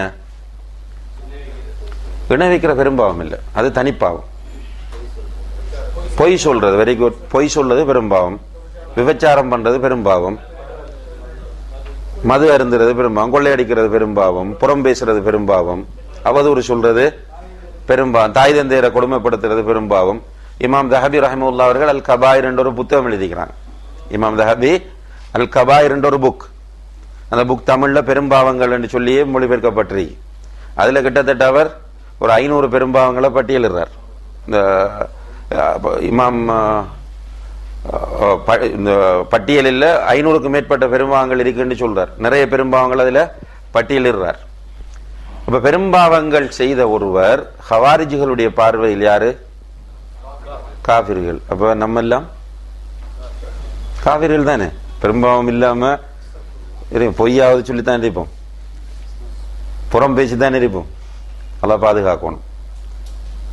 அதே டைம்ல இவங்க பெரும்பாவிகள் என்று சொல்லக்கூடிய அதே டயத்துல முர்ஜி ஆக்கள் என்ற ஒரு கூட்டம், முர்ஜி ஆ. இந்த கூட்டம் வந்து என்ன சொல்லுச்சு? இவங்களுக்கு அட்டாக் பண்றாங்க. யாருக்கு? வைதியா ஹவாரிஜிகளுக்கு. அவங்க சொன்னாங்க, ஒருவன் ஈமான் கொண்டுட்டா போதும், ஒருவன் ஈமான் கொண்டு விட்டால் போதும், அவனுடைய ஈமானும் அபூபக்கர் சித்திக் ரலியல்லாஹு அன்ஹு ஈமானும் ஈக்குவல் தான். ரைட்? அவனுடைய ஈமானும் உமருடைய ஈமானும் சமம் தான், எல்லாரும் உண்டுதான். அவன் விபச்சாரம் செஞ்சாலும் சரிதான், மதுபானம் அருந்தினாலும் சரிதான், ஈமான் கொண்டுட்டானா பிரச்சனை முடிஞ்சு, அவனுக்கு சொர்க்கம் வாஜிப். முர்ஜியாக்கள் சொன்னாங்க. ரெண்டும் இரண்டு துருவத்தில் உள்ள கருத்துக்கள். என்ன ஒன்று என்ன சொல்லுதுண்டா, பொய் சொல்லிட்டா காஃபிர் என்னது, மதுபானம் அறிந்துட்டா காஃபிர் என்று சொல்லுது, உம்மாவை பார்த்து பெற்றோரை பார்த்து திட்டா காஃபிர் என்று சொல்லுது. பெற்றோரை பார்த்து திட்டுறது பெரும்பாவம், அவங்கள பார்த்து சபிச்சிட்டா திட்டினா பெரும்பாவம், எனவே அவன் காஃபிரா போயிட்டான். ஏன் எந்த அளவுக்கு உண்டு? அவங்கள சிலர் போனாங்க, லைசமின் அமல்லம் யர்ஹம் சகீரனா வலம் யுவக்கிர் கபீரனா, சிறியவர்களுக்கு அன்பு காட்டாதவனும் பெரியவனை மதிக்காதவனும் என்னை சார்ந்தவன் அல்ல, நம்மை சார்ந்தவன் அல்ல ரசூலுல்லாஹி அலைஹி வஸல்லம் சொன்னாங்க. எனவே சிறியவர்களுக்கு அன்பு காட்டாதவன் காஃபிர், பெரியவர்களை மதிக்காதவன் காஃபிர், ஒத்தனம் மிஞ்சாது, எல்லாருமே காஃபிராக போடுற நிலை. இப்ப இதை பார்த்தோம்னா எல்லாரும் ஈமான், விரும்புகிற முழு பேரும் பார்ல கிடக்கலாம், டாஸ்மாக்கு தடைய தேவையில்லை, 5 ஸ்டார் ஹோட்டல் போனா கிளப்ல இருக்கலாம், புரோதல்ஸுக்கு போகலாம், போனாலும் எந்த பிரச்சனையும் இல்லை. என்ன அபூபக்கர் சித்திக்குடைய ஈமானும் அவனுடைய ஈமானும் ஈக்குவல். இதுக்கு மத்தியில் அஹ்லு சுன்னah வல் ஜமாஅஹ் நடுநிலையான கொள்கையை முன்வைக்கிறார்கள். அவங்க என்ன சொல்றாங்க என்றால், அல் ஈமான், ஈமான் என்பது, ஈமானுக்கு வரை இலக்கணம் சொல்றாங்க அஹ்லு சுன்னah, எழுதி கொள்ளுங்க. ஈமான் என்பது நாவினால் மொழிந்து, நாவினால் மொழிந்து உள்ளத்தால் உறுதி கொண்டு, உள்ளத்தால் உறுதி கொண்டு உடலால் செயற்படுத்துவதாகும், உடலால் செயற்படுத்துவதாகும். நன்மைகள் செய்வதன் மூலம் அது அதிகரிக்கும், நன்மைகள் செய்வதன் மூலம் அது அதிகரிக்கும்.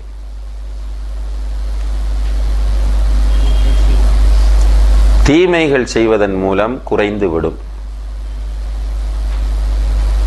தீமைகள் செய்வதன் மூலம் குறைந்துவிடும். இதுதான் அஹ்லு சுன்னah வல் ஜமாஅஹ் சொன்ன நடுநிலையான கொள்கை. இப்ப பெரும்பாவம் செய்தவன் மூமினா காஃபிரா? மூமின் தான், ஆனா அவனுடைய ஈமான் குறைபாடுடையது. அமல் செய்யாத ஒருவன் மூமினாக இருக்க முடியாது. என்னால் அமலும் பில் ஜவாரிஹ், உடம்பால செயற்படணும். அழகான ஒரு நடுநிலையான கொள்கையை குர்ஆன் ஹதீஸ் அடிப்படையில் அஹ்லு சுன்னah வல் ஜமாஅஹ் சொன்னார்கள். இந்த விஷயத்தில் அவர்கள் நடுநிலையானவர்களாக காணப்படுகிறார்கள்.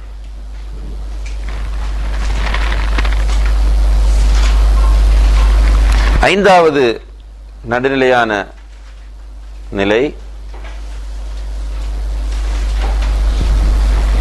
சஹாபாக்கள் விஷயத்தில் நடுநிலை.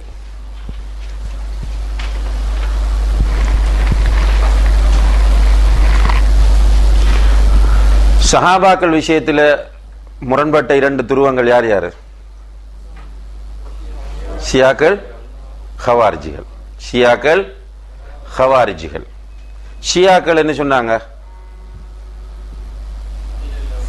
அலி ரலியல்லாஹு அன்ஹுங்களும் அஹ்லு பைத் அல்லது ஆலு பைத், நபி ஸல்லல்லாஹு அலைஹி வஸல்லம் உடைய குடும்பமும் தான் நல்லவர்கள். சஹாபாக்கள்ல நான் நினைக்கிறேன் சல்மான் ஃபாரிசி, பிறகு அம்ர் இப்னு ஆஸ், மிக்தாத், இப்படி ஒரு 7 பேர், ஒரு 7 சஹாபாக்களை மட்டும்தான் எக்ஸப்ட் பண்ணுவாங்க. மற்றது அங்க அவங்களோட ரசூலுல்லாஹி அலைஹி வஸல்லம் குடும்பம், குடும்பம்ன்றதுக்குள்ள யாரை மட்டும் சேர்ப்பாங்க? அலி, ஃபாத்திமா, ஹசன், ஹுசைன், இவங்களை தான் சேர்ப்பாங்க. மனைவிமாரெல்லாம் அதில் இருந்து அவுட் பண்ணிடுவாங்க, குடும்பத்துக்குள்ள வராது. மற்ற எல்லாருமே அவங்களோட பார்வையில காஃபிர்கள். காஃபிர்னா சில சஹாபாக்களுடைய சரியான கடுப்பு அவங்களுக்கு. உதாரணமாக அபூபக்கர், உமர் ரலியல்லாஹு அன்ஹுமா 2 பேரையும் என்ன சொல்லுவாங்க? குறைஷிகளின் 2 சிலைகள்ன்னுவாங்க. குறைஷிகளின் 2 சிலை. நமக்கு இந்த தகவல்லாம் தெரியாதால ஷியா முஸ்லிம், சன்னி முஸ்லிம், ஷியா முஸ்லிம், சன்னி முஸ்லிம் என்று சொல்றது எனக்கு நம்ம தெரியாது இவங்க யாருன்றது, படிக்கிறதும் இல்லை. இப்போ சில யாராவது பேசினா கூட இவங்க மனிதநேயமற்றவர்கள் என்று கூட சொல்றவங்க இருக்கிறாங்க. ஆனால் அவங்க யாருன்னு பார்த்தால் அபூபக்கர், உமர் ரலியல்லாஹு அன்ஹும். அந்த உம்மத்தில ரசூல் ஸல்லல்லாஹு அலைஹி வஸல்லம் அவர்களுக்கு அடுத்ததாக சிறந்தவர் யாரு? அபூபக்கர் சித்திக் ரலியல்லாஹு. அதுக்கு அடுத்தவர் யாரு? உமர் அதுக்கு அடுத்தவர் யாரு? உஸ்மான் ரலியல்லாஹு அன்ஹு. அதுக்கு அடுத்தது அலி. அதுல சின்ன கருத்து வேறுபாடு சஹாபாக்களுக்குள்ள இருக்கு. அலி சிறந்தவரா உஸ்மான் சிறந்தவரான்றதுல கருத்து வேறுபாடு இருக்கு. ஆனா ரெண்டு பேரும் சிறந்தவர்கள். அந்த பட்டியலிடும் போது பிரையோரிட்டி உஸ்மானுக்கு அலிக்கான்றதுல கருத்து வேறுபாடு வந்திருந்தாலும் எல்லாரும் என்ன ஏற்றுக்கொள்றாங்க? சிறந்தவர்கள் 4 பேரும். அதுக்கு பிறகு சிறந்தவர்கள் சொர்க்கத்தை கொண்டு நன்மாராயம் கூறப்பட்ட 10 பேர். இப்படி சஹாபாக்களை பற்றி பெரிய ஒரு கண்ணியம் இருக்கிற அதே நேரத்தில் இவங்க என்ன சொல்றாங்கன்னா இவங்க எல்லாம் காவிர்கள் அல்லது அது மாதிரி அவங்களுக்கு ஆக பிடிக்காத பொம்பளை யாரு? ஆயிஷா ரலியல்லாஹு அன்ஹா. ஏன்? ஜமல் யுத்தம். அலி ரலியல்லாஹு அன்ஹு அவங்களோட ஜமல் யுத்தம் செஞ்சாங்களே, அதனால அலி ரலியல்லாஹு அன்ஹு அவங்க இந்த ஆயிஷா நாயை பிடிக்காது. என்ன சொல்றாங்கன்றா சூரத்துல் பக்ராவில் ஃபத்பஹு பக்ரான் வருது. ஃபத்பஹு பக்ரான் என்ன? பசுமாட்டை அருங்கள். பசுமாட்டை அருங்கள். இந்த பசுமாடு யாரு? ஆயிஷா நஅூது பில்லாஹ். அவங்க தப்சீர்ல எழுதி வச்சிருக்கிறாங்க. அவங்களோட தப்சீர்கள்ல எழுதி வச்சிருக்கிறாங்க அந்த பசுமாடு ஆயிஷா தான். அந்த அளவுக்கு சஹாபாக்களுடைய விஷயத்துல மோசமானவர்கள். அதே மாதிரி மற்ற சைட்ல ஹவாரிஜிகள் எடுத்த அலி ரலியல்லாஹு அன்ஹுவை அட்டாக் பண்ணாங்க. இவங்க ஷியாக்கள் அலி ரலியல்லாஹு அன்ஹுவுக்கு ஓவர் சப்போர்ட், அவங்க அப்சைட் டவுன் கடும் எதிர்ப்பு காட்டினாங்க. அவங்க ஃபர்ஸ்ட் அலி ரலியல்லாஹு அன்ஹுவை காஃபிர்னாங்க. அதுக்கப்புறம் முஆவியா ரலியல்லாஹு அன்ஹுவை காஃபிர். ஷியாக்கள்கிட்ட அலி காஃபிர் அல்ல, அலிதான் உயர்ந்தவர். எந்த அளவுக்கு உயர்ந்தவர்? சில ராஃபிலாக்களிடம் அலி எந்த அளவுக்கு உயர்ந்தவர்? அல்லாஹ்வுடைய அந்தஸ்திற்கு உயர்ந்தவர். இந்த செய்தியை சொன்னோடனே அல்லாஹ் கோபம் வந்துட்டு ஷியாக்கள் அவங்க உயிரோடு இருக்கும் போது என்ன சொன்னாங்கண்டா அலி அல்லாஹ்வுடைய அந்தஸ்தில் உள்ளவர் என்று சொல்ல துவங்கிட்டாங்க. இதை கேட்ட ஈமான் உள்ளவருக்கு கோபம் வருந்தானே, என்ன அல்லாஹ்க்கு உயர்த்திட்டாங்க மாஷா அல்லாஹ் அப்படின்ற விழா எடுத்தார். அவர் கோபத்தில் என்ன சொன்னார்ன்றா எல்லாம் பிடிச்சி எரியுங்கண்டார், தீயிலிட்டு கொன்னிடுங்கண்டார். அப்ப சொன்னால் இவர் அல்லாஹ்ன்றது எங்களுக்கு கன்ஃபார்ம் ஆயிட்டு, அலி அல்லாஹ் என்பது எங்களுக்கு கன்ஃபார்ம் ஆயிட்டு. ஏன்? நெருப்பால எரிக்கிறது, தீயினால் எரிப்பது அல்லாஹ் தானே, எனவே இவர் எரிக்க சொல்றாரு, அப்ப அவர் அல்லாஹ் தான். இந்த அளவுக்கு கேவலமான ஒரு கூட்டம் இந்த ஷியாக்கள். அப்ப ஹவாரிஜிகள் என்ன சொல்றாங்க? அலி ஆக மோசமானவர், ஆக கேவலமானவர், அவர் காஃபிர் என்று நாக்கூசாம சொன்னாங்க. ஆனால் இதுல அஹ்லு சுன்னா வல் ஜமாஅ நடுநிலையான போக்கை உடையவர்கள். அஹ்லு சுன்னா வல் ஜமாஅ நடுநிலையான போக்கை உடையவர்கள். அவங்க சஹாபாக்கள் நம்ம ஏற்கனவே சொன்ன மாதிரி மிகச்சிறந்தவர் அபூபக்கர், அதுக்கு அடுத்தது உமர், அதுக்கு அடுத்தது உஸ்மான், அதுக்கு அடுத்தது அலி, அதுக்கு அடுத்த அஷ்ரத்துல் முபஷரா, அதே போல பையத்து ரிதுவான் என்ற அந்த ஹுதைபியா பையத்தில் கலந்து கொண்டவர்கள். இப்படி அவங்க பட்டியலிட்டு எல்லா சஹாபாக்களும் சிறந்தவர்கள். முஹாஜிர்கள் மிக சிறந்தவர்கள், அடுத்தது அன்சாரிகள், அதில் பத்ரில் கலந்து கொண்டவர்களுக்கு தனி சிறப்பு இருக்கிறது என்று ஒவ்வொருவருக்கும் அல்லாஹ்வுடைய தூதர் கொடுத்த சிறப்புகளை எல்லாம் அப்படியே ஏற்றுக்கொள்வார்கள். யாரையும் காஃபிர் எண்ண மாட்டார்கள், யாருடைய விஷயத்திலும் ஒரு கேவலமான வார்த்தை பேச மாட்டார்கள். நீங்க பார்த்தால் சலஃப் அறிஞர்களை சஹாபாக்களுடைய பேரை சொல்லும் போது ரதியல்லாஹு அன்ஹு, ரதியல்லாஹு அன்ஹும், ரதியல்லாஹு அன்ஹா என்று சொல்லாம பேசவே மாட்டார்கள். ஆனா இன்றைக்குள்ள பித்அத்வாதிகள் நீங்க பார்த்தா அபூபக்கர், உமர், அலி இப்படி பேசுறத பார்க்கிறோம். இப்ப சில ஸ்பீச்சுகளை பார்க்கும்போது சும்மா ஒரு சஹாபாக்களை நேசிக்கிறது கடமை, அந்த நேசம் உள்ளவர்களுக்கு கோபம் இயற்கையா வரும். என்ன, அண்ணன் எப்ப சாகுவான், திண்ணை எப்ப காலியாகும் என்று மேடையில நின்று பொதுமக்களுக்கு பேசுற. இப்ப சும்மாவே ஒருவரை பத்தி இப்படி பேசணும்னே இவ்வளவு கோபம் வருது. இப்படி பேசினார் என்று பேசும்போது ஒரு இடத்துல அவரை நேசிக்கிறவங்களுக்கு இவ்வளவு கோபம் வருது. அவர் பேசினது சரியா? மிகப்பெரிய தப்பு. அப்படியான தப்புன்னு சொல்லும் போது அவர் உள்ள மஹப்பத் உள்ளவங்களுக்கு அது கோபம் வருது. அப்ப ரசூலுல்லாஹி அலைஹி வஸல்லம் அவர்கள் சஹாபாக்களை நேசிக்குமாறு சொல்கிறார்கள். அல்லாஹ் அல்லாஹ் ஃபி அஸ்ஹாபி, என்னுடைய தோழர்கள் விஷயத்தில் அல்லாஹ்வை பயந்து கொள்ளுங்கள், அல்லாஹ்வை பயந்து கொள்ளுங்கள். நீங்கள் உஹது மலையளவு தங்கத்தை தர்மம் செய்தாலும் என்னுடைய தோழர்கள் ஒரு கையளவு செய்கிற தர்மத்துக்கு அது நிகராகாது. இது சஹாபாக்களை பற்றி ரசூலுல்லாஹி அலைஹி வஸல்லம் நம்ம சொல்லித்தன. லா தசுப்பு அஸ்ஹாபி, என்னுடைய தோழர்களை திட்டாதீர்கள். தோழர்கள் என்ற உடனே ஆட்டோமேட்டிக்கா நம்முடைய மனசுல ஒரு கண்ணியமும் ஒரு மஹப்பத்தும் வரணும். வாஜிபது ஃபர்தீனி. ஆனா இன்றைக்கு அண்ணன் எப்ப சாவான்? அண்ணன் யாரு? ரசூலுல்லாஹி அலைஹி வஸல்லம். திண்ணண்டா என்னது? பதவி எப்ப காலியாக ஏங்கி கிடந்தாங்களாம் சஹாபாக்கள். யார்? அபூபக்கரும் உமரும் ரலியல்லாஹு அன்ஹுமா. இது பிதஅத்வாதிகளுடைய தெளிவான அடையாளம், மிக தெளிவான அடையாளம். நீங்க ஃபுல்லா படிச்சு பார்த்தால் தெரியும் இஸ்லாமிய வரலாற்று. இப்ப நான் இந்த இதுல கடைசி அவங்களுக்கு சொல்லக்கூடிய அந்த சம்மரில் நீங்க புரியுவீங்க இன்ஷா அல்லாஹ். பிதஅத்வாதிகளுடைய அடையாளம், சஹாபாக்களை கண்ணியப்படுத்த மாட்டாங்க. வெளியே சொல்லுவாங்க ஷியாக்களுடைய தக்கியா கோட்பாடு என்ன? கொஞ்சம் பேசும்போது அபூபக்கர் உமர் எல்லாம் பேசுவாங்க. என்னன்னு கேட்டால் தக்கியா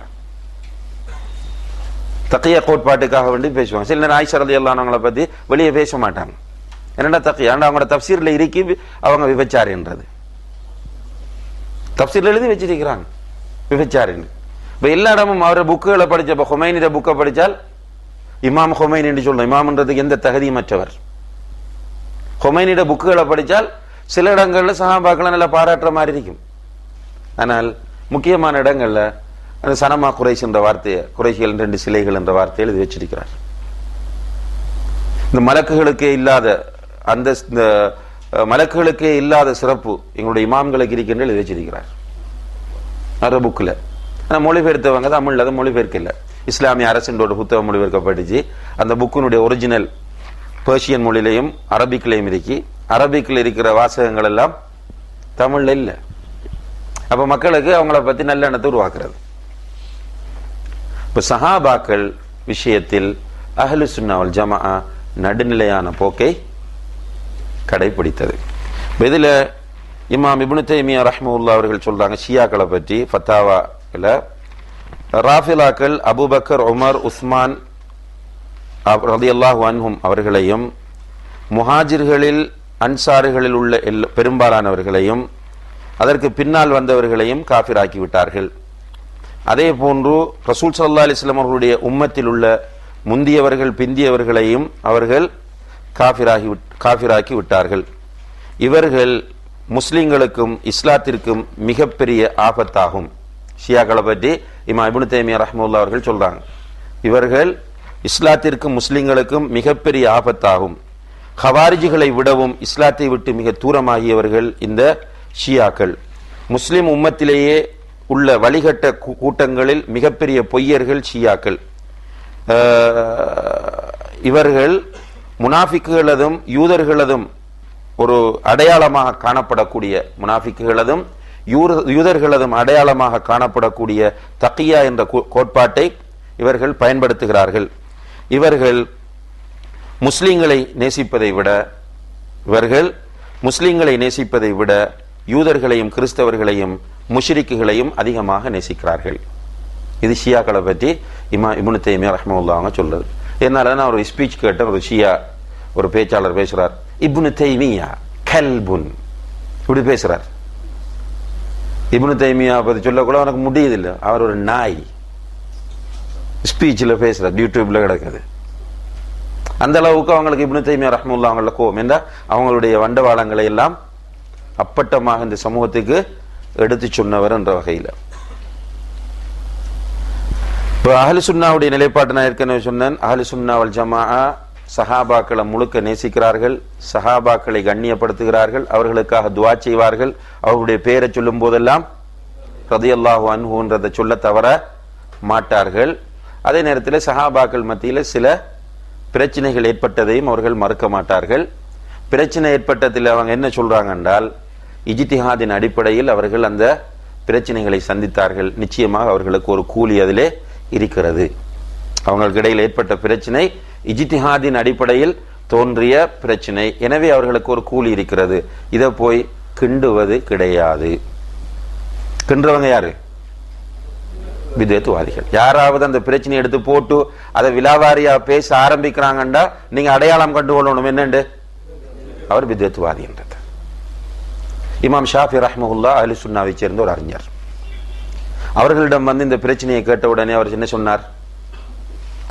சஹாபாக்களுக்கு இடையில் நடந்த பிரச்சனையை பற்றி கேட்ட உடனே அவர் சொன்னார், அல்லாஹு தஆலா அந்த இரத்தங்களிலிருந்து நம்முடைய கரங்களை பாதுகாத்து விட்டான், நம்முடைய நாவுகளையும் அதிலிருந்து பாதுகாப்பானாக. இப்படி அருமையான வார்த்தை என்ன பாருங்க. அல்லாஹு தஆலா நம்முடைய கரங்களை அந்த இரத்தங்களிலிருந்து பாதுகாத்து விட்டான். நம்மளும் இருந்திருந்தா இந்த சைட்லயாவது இருந்திருப்போம். எனவே நம்மள அல்லாஹ் அந்த காலத்தில் இல்லாமலாக்கி பாதுகாத்து விட்டான். இப்ப போய் அவங்கள பேசி அந்த இரத்தத்தில் நம்முடைய நாவுகளை நுழைத்து விடாமல் அல்லாஹு தஆலா பாதுகாப்பானாக. இதுதான் அஹ்லுஸ் சுன்னah வல் ஜமாஅத்தினுடைய நிலைப்பாடு.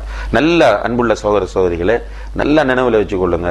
சஹாபாக்களுடைய பிரச்சனையை ஒருவன் துருவ ஆரம்பிக்கிறான் என்றால் அது தெளிவாக ஒரு அலாமத்துல் முப்ததிஅ, பித்அத்வாதியினுடைய அடையாளம். அவன் யாரா இருந்தாலும் சரி, நான் ஒரு காலத்தில் அதை துருவ ஆரம்பிக்கிறேன்டா என்னிடத்துல பித்அத் வருதுன்ற அதனுடைய அர்த்தம் கவனமாக இருந்து கொள்ளணும். அல்லாஹ் தஆலா நம் அனைவரையும் அந்த நிலையிலிருந்து பாதுகாக்கணும். சஹாபாக்கள் கண்ணியமானவர்கள், உயர்ந்தவர்கள், சிறந்தவர்கள். அவர்கள் அல்லாஹ்விடத்தில் மிக மிக உயர்ந்த அந்தஸ்தை உடையவர்கள். இதுல ஷேக் அவர்கள், அதாவது அப்துல்லா அல் ஜப்ரீன் ஹஃபிظஹுல்லாஹ் அவர்கள் அஹ்லுல் பைத் என்பதற்குரிய வரைவிலக்கணத்தை சொல்றாங்க. அஹ்லுல் பைத்தையும் நேசிப்பார்கள் அஹ்லுஸ் சுன்னah. அஹ்லுல் பைத் என்றால் யாரு? மூமினாக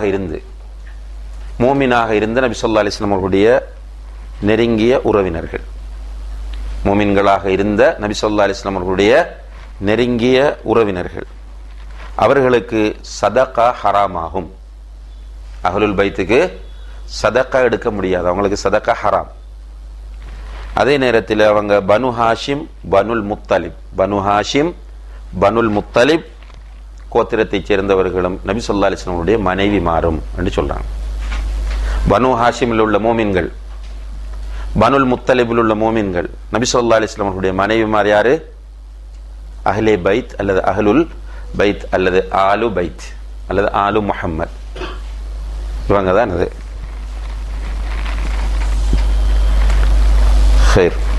இந்த 5 விஷயங்களும் அஹ்லுஸ் சுன்னah நடுநிலையானவர்கள் என்பதற்கு ஷேக் அவர்கள் எடுத்து காட்டக்கூடிய முக்கியமான விஷயமாகும். இதுல என்ன உங்களுக்கு புரிஞ்சிச்சு? அந்த 5 விஷயத்திலேயும் ஒரு குரூப் எக்ஸ்ட்ரீம், இன்னும் ஒரு குரூப் அதுக்கு மாற்றமான நிலை. இதை படித்து கொண்டு வரும்போது உங்களுக்கு என்ன புரிஞ்சிச்சு? யாராவது உங்களோட மனசுல பட்டத்தை சொல்லுங்க.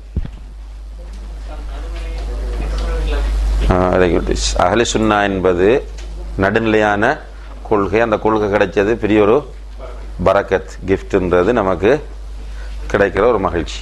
2வது, வெரி குட், மாஷா அல்லாஹ். அதாவது இந்த கொள்கையில வர பிரச்சனை என்பது புதியது அல்ல. இப்ப நம்மட அந்த தௌஹீத் என்ற இதில் இணைந்திருக்கக்கூடிய சகோதரர்கள் இன்றைக்கு இவங்களால முன்வைக்கக்கூடிய வழிகட்ட கருத்துக்கள் பிளன்றதை சுட்டி காட்டும் போது நமக்குள்ள என்னத்துக்கு அடிச்சுக்கிறோம், இது அப்படி இப்படின்னு காம்ப்ரமைஸ் பண்றதுக்கான முயற்சி தான் நிறைய நடக்குது. ஆனா நடக்க தேவையில்லை, இது புதிய விஷயம் அல்ல. ஒன்னா இருந்தவர் தான் வாசில் இப்னு அத்தா. யாரோட இருந்தவர்? ஹசனுல் பஸ்ரி ரஹ்மத்துல்லாஹி அவர்களோடு இருந்தவர். ஹசனுல் பஸ்ரி ரஹ்மத்துல்லாஹ் கடைசி வரைக்கும் அஹ்லுஸ் சுன்னஹ்ல மூத்தானார். வாசில் யாரா மூத்தானான்? முத்தஸிலியாக மூத்தானான். ஒன்றும் செய்ய முடியாது. இது சுன்னத்துன் கௌனியா, பிரபஞ்ச விதி இது. எனவே இந்த செய்திகளை படிக்கும் போது நமக்கு கன்ஃபியூஷன்ல குழப்பம் இல்லை. இப்ப சிலர் என்ன சொல்றாங்கன்னா, இது ரெண்டும் வேணாம், நமக்கு பழையதுக்கு திரும்பிடுவோம், நாங்க சத்தியத்தில் இருக்கிறோம் அப்படின்ற ஒரு குழு வரும். இல்ல, ஷைத்தான் வருவான், வழிகெடுப்பான், வழிகேடு வரும்.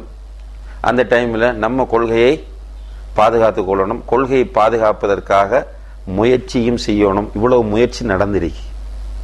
ஒரு வழிகட்ட கொள்கை வந்தா இன்னும் ஒரு வழிகட்ட கொள்கை வருது. இடையில அஹ்லுஸ் சுன்னah அதே இதுல போறாங்க. ஒரு அறிஞர் சொல்றாரு என்னென்றால், அஹ்லுஸ் சுன்னah சத்திய கொள்கையில் இருந்தார்கள் என்பதற்கு என்ன ஆதாரம் என்றால், அவர்கள் எல்லா நாடுகளிலும் இருந்திருக்கிறார்கள், ஆனால் ஒரே கொள்கையை தான் சொல்லியிருக்கிறார்கள். பல நாடுகள்ல, அரேபியாவில் இருந்திருக்கிறாங்க, அங்கால ஈராக்கில், இஞ்சால ஷாமில், இஞ்சால எகிப்தில், புகாராவில் எல்லா இடங்களையும் இருந்திருக்கிறாங்க. ஆனால் கொள்கை ஒன்றுதான். இதுவே அவர்கள் சத்தியத்தில் இருந்தார்கள் என்பதற்கு சான்று என்று குறிப்பிடுகிறார். எனவே நம்ம மிக கவனமாக இருக்கணும் சோர்களே. கொள்கை தான். அத்தியாயத்தில் விரலாட்டுறது விரலாட்டாம விடுறது வேற விஷயம். நெஞ்சில தக்பீர் ஆட்டுறது கட்டாம விடுறது வேற விஷயம். நீங்க அல்லாஹ் அக்பர் கையை விட்டு தொழுதாலும் தொழுகை இருக்கிறது என்று ஏற்றுக்கொள்வதனால் தொழுகை செல்லும். பூரண கூலி கிடைக்காது, அவ்வளவுதான். ஆனால் மறுக்கிறது என்பது வேறு. இப்ப நெஞ்சில தக்பீர் ஓட்டுவது ஹராம், கையை கீழே விடத்தாம அந்த ஹதீஸ் எல்லாம் பொய் என்று சொல்வது வேறு. ஹதீஸை புரிஞ்சு கொள்றதுல அப்படி கட்டலாமா அப்படி கட்டலாமா, அசைக்கலாமா அசைக்க முடியாதா, இது சஹீஹா லைஃபாண்டு விவாதிக்கிறது வேறு. ஹதீஸை கொண்டு போய் இது என்னுடைய அறிவுக்கு பொருந்தவில்லை என்று சொல்லிட்டு ஹதீஸை தூக்கி வீசுறதுக்கு நீ யார்? உன்னுடைய அறிவுக்கு கரண்டி கொடுத்தது யார்? நீ மிகப்பெரிய அறிவாளி என்று உனக்கு சர்டிபிகேட் தந்தது யார்? இது தெளிவாக யோசிக்கும். நம்ம நன்னலையோட மிக கவனமாக எச்சரிக்கை நம்முடைய குடும்பங்கள்ல நம்முடைய நெருக்கமான நண்பர்களை இந்த வழிகாட்டிலிருந்து பாதுகாக்கிறதுக்கான முயற்சிகள் கண்டிப்பாக மிக தீவிரமாக மேற்கொள்ளப்படணும். இல்லைன்றால் எங்க போய் முடியும் என்றே தெரியல. இளைஞர்கள் எல்லாம் ரசூலுல்லாஹி அலைஹி வஸல்லம் அவர்கள் ஹவாரிஜிக்கு சொன்ன அடையாளங்களை கொண்டவர்களாக மாறுறாங்க.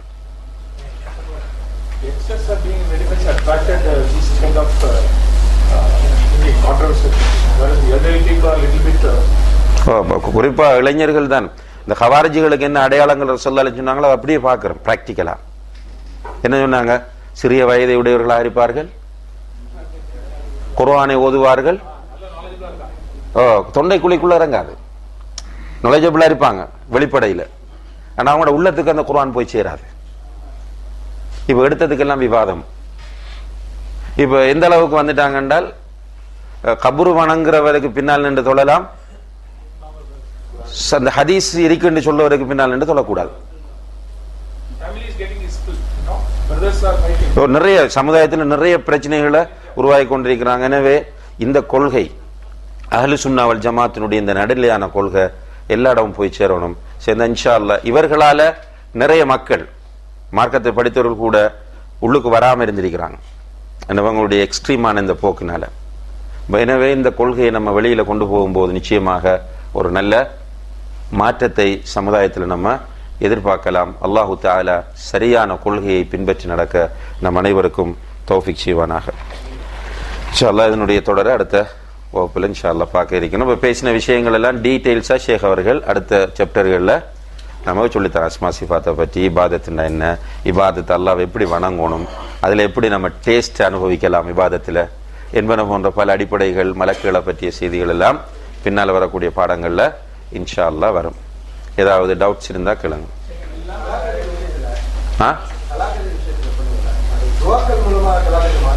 ஒரு ஹதீஸ் வருது, லா யருத்துல் கதா இல்ல துஆ. கலாவை அல்லாஹுடைய தீர்ப்பை துஆவை தவிர வேறு எதுவும் மாற்றாதுண்டு. அப்ப இந்த ஹதீஸின் அடிப்படையில் துஆ கலாவை மாற்றும் என்பது புரியுது. அப்ப இந்த ஹதீஸையும் ஏனைய குர்ஆன் வசனங்களையும் வைத்து பார்த்தால் குர்ஆன் வசனங்கள் எப்படி இருந்தால் அது எழுதப்பட்டது தான் என்று இருக்கு, இது மாற்றும் என்று இருக்கு. எப்படி இரண்டையும் இணக்கம் காண்பது என்பதில் ஹதீஸ் கலை அறிஞர்கள் இமாம்கள் விளக்கம் சொல்றாங்க. எப்படி என்றால்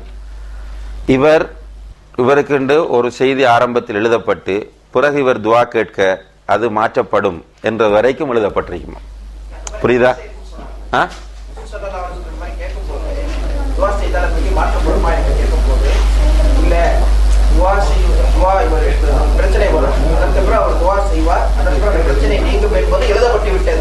வெரி குட், மாஷா அல்லாஹ்.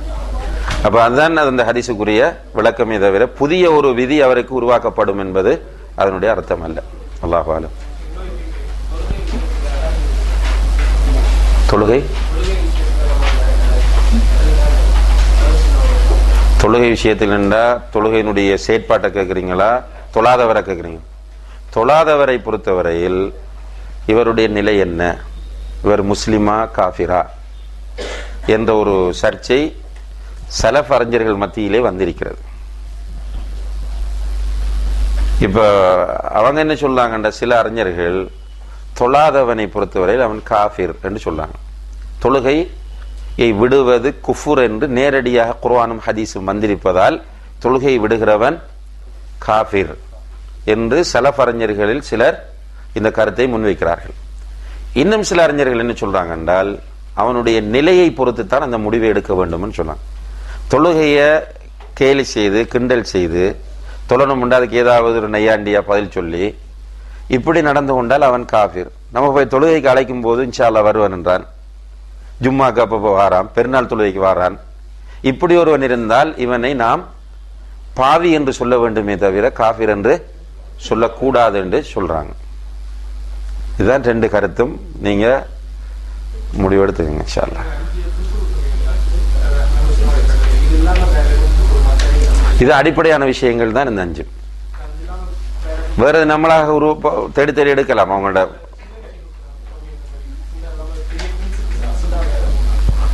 இந்த அகீதாவோட விஷயத்துல கருத்து வேறுபாடு இருக்கிறீங்களா?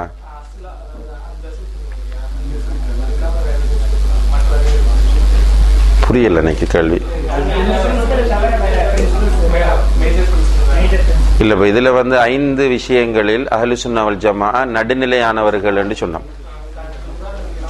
இந்த 5 தான் மேஜரான விஷயங்கள். இது இல்லாம நீங்க சாதாரணமான விஷயங்கள்ல வந்தா கூட, இப்ப உலக வாழ்க்கை விஷயத்திலும் உதாரணம் எடுக்கலாம். உலக வாழ்க்கை விஷயத்துல அஹ்லு சுன்னா நடுநிலையானவர்கள்.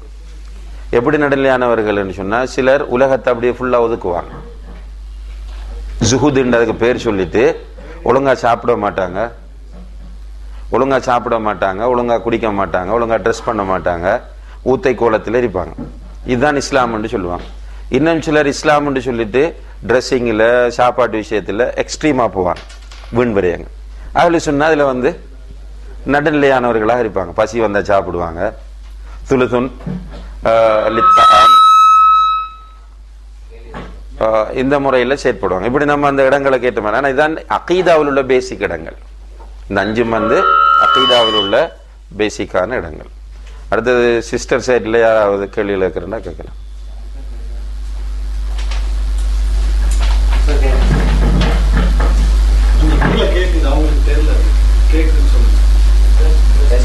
நீங்க கீழே சகோதரிகள் கேளுங்க, உங்களுக்கு கேட்காது, நீங்க கேட்டீங்கன்னா சரி. இப்போ வழிகேட்ட கூட்டம் அப்படின்னு சொல்றீங்கல்ல, பிதாத்வாதிகள், தௌஹீத்வாதிகள், அப்ப அவங்க சொல்ற கருத்தை ஏத்துக்கிறதா? அதாவது ஒரு சில கருத்து நம்மளோட கருத்துக்கு ஒத்து போகுது இல்ல, அதை ஏத்துக்கிறதா இல்ல வேண்டாமா, எப்படி பிரிச்சு பாக்குறது? ஏன்னா நம்ம சமுதாயத்துக்குள்ளே அவங்களும் இருக்காங்கல்ல. நல்ல கேள்வி உண்டு. அதாவது இப்ப வழிகேடர்களாக மாறிக்கொண்டு போகக்கூடியவர்கள் சொல்லக்கூடிய பல விஷயங்கள் நம்மோடு ஒத்து செல்லக்கூடிய விஷயங்களா இருக்கு. இதை நம்ம எடுத்துக்கலாமா என்று கேட்டால், நல்ல விஷயங்களை நம்ம எந்த ஒரு சந்தர்ப்பத்திலும் மறக்கக்கூடாது. அதை யாரிடமிருந்து வந்தாலும் சரி. அல்லாஹ் தஆலா நம்முடைய சமுதாயத்திற்கு, இந்த உம்மத்துக்கு சொல்லக்கூடிய ஒரு நீதியான சமுதாயம். அது முஸ்லிம் சமுதாயம் நீதியான சமுதாயம். அல்லாஹ் குர்ஆன்ல சொல்றான், வலா யஜ்ரிமன்னகும் ஷனஆனு கௌமின் அலா அல்லா தஅதிலு. ஒரு கூட்டத்தாரின் மீது உள்ள கோபம் அவர்களுடைய விஷயத்தில் நீதி செலுத்துவதை விட்டு உங்களை தடுக்க வேண்டாம். இஅதிலு, நீங்கள் எந்த சந்தர்ப்பத்திலும் நீதியாகவே நடங்கள். ஹு அக்ரபு லித்தக்வா, அதுதான் தக்வாவுக்கு மிக நெருக்கமானது என்று அல்லாஹு தஆலா குர்ஆன்ல சொல்லி காட்டுறான். எனவே நல்ல விஷயங்கள், சரியான விஷயங்கள் யாரிடமிருந்து வந்தாலும் அதை அவர்கள் சொல்கிறார்கள் என்பதற்காக நாம் மறக்க வேண்டிய அவசியம் இல்லை. ஆனால் அவர்களிடம் இப்போது இஸ்லாத்தை கற்க முடியுமா என்று கேட்டால் கூடாது. ரெண்டுக்கும் வித்தியாசம். அவர்களிடம் போய் இஸ்லாத்தை நீங்க கற்க போனா என்ன நடக்கும்? உங்களை கன்ஃபியூஸ் ஆக்கிடுவாங்க. என்னால் இப்ப நம்ம சில எக்ஸாம்பிள்ஸுக்காக திரும்ப திரும்ப நான் கேள்விகள் கேட்ட என்னத்துக்காக என்றால், நம்ம இஸ்லாமிய கல்வியில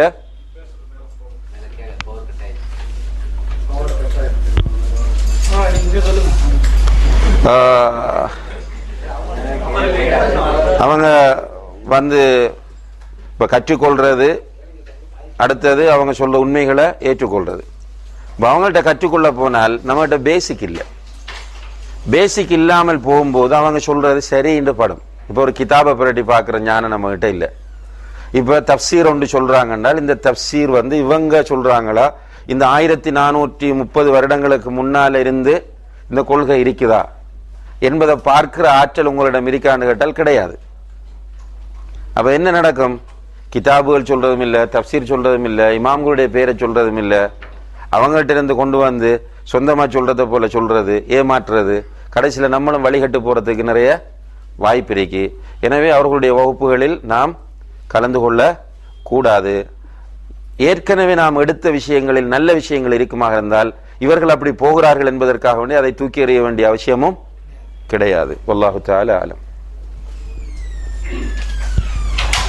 கொள்கை அகீதாவுடைய எஃபெக்ட் பார்த்தீங்களா, அது அவங்களுடைய ஜென்ரலைஸ்ட் மாஸ் ஒரு கொள்கையை பின்பற்றவங்க அது ஃப்ரீக்வெண்ட்டாக பார்க்குறோம், ஒரு தீமேட்டிக்காக பார்க்குறோம். ஸோ அது கொள்கையுடைய எஃபெக்ட் வந்து அல்லாஹ் மீது உள்ள கொள்கையோட எஃபெக்ட் வந்து ஜென்ரலாக வந்து அமலில் வந்து வரும். கண்டிப்பாக கொள்கையை பொறுத்தவரையில் கொள்கை ஒருவனுடைய அமலில் மாற்றத்தை ஏற்படுத்தும்.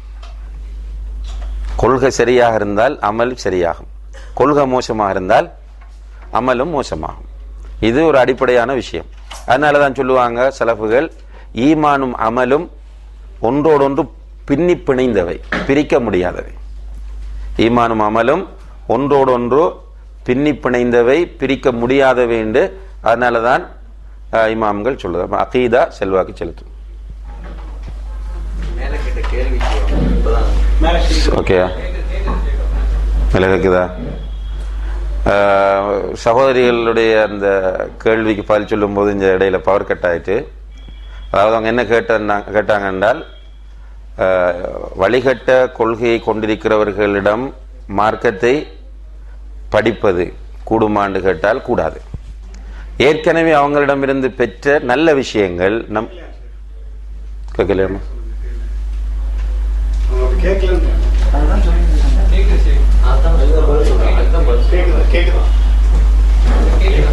லேடிஸு கேக்குதா? ஓகே. அதாவது கேள்வி என்ன என்று கேட்கிறாங்கன்னா, ஆரம்பத்தில் நம்ம ஜென்ஸுக்கு அதுக்குரிய பதில சொன்னதால கேள்வி என்ன கேட்கிறாங்க என்றால், அவர்களும் நம்மோடு இருந்தவர்கள், எனவே அவர்களிடம் உள்ள நல்ல விஷயங்களில் அவர்கள் நம்மோடு ஒத்து செல்கிறார்கள், இந்த சந்தர்ப்பத்தில் என்ன செய்யறேன்னு கேட்கிறாங்க. அப்போ ஒத்து செல்லக்கூடிய விஷயங்கள்ல நல்ல விஷயங்களை நம்ம எடுக்கத்தான் வேண்டும், அதை மறக்க வேண்டும் என்ற அவசியம் கிடையாது. நல்ல விஷயங்கள் யாரிடம் இருந்து வந்தாலும் அதை நாம் ஏற்றுக்கொள்ள வேண்டும். உதாரணமாக ஆயத்தில் குர்சியுடைய அந்த செய்தியை அபூ ஹுரைரா ரலியல்லாஹு அன்ஹு அவர்களுக்கு சொல்லிக் கொடுத்தது ஷைத்தான்.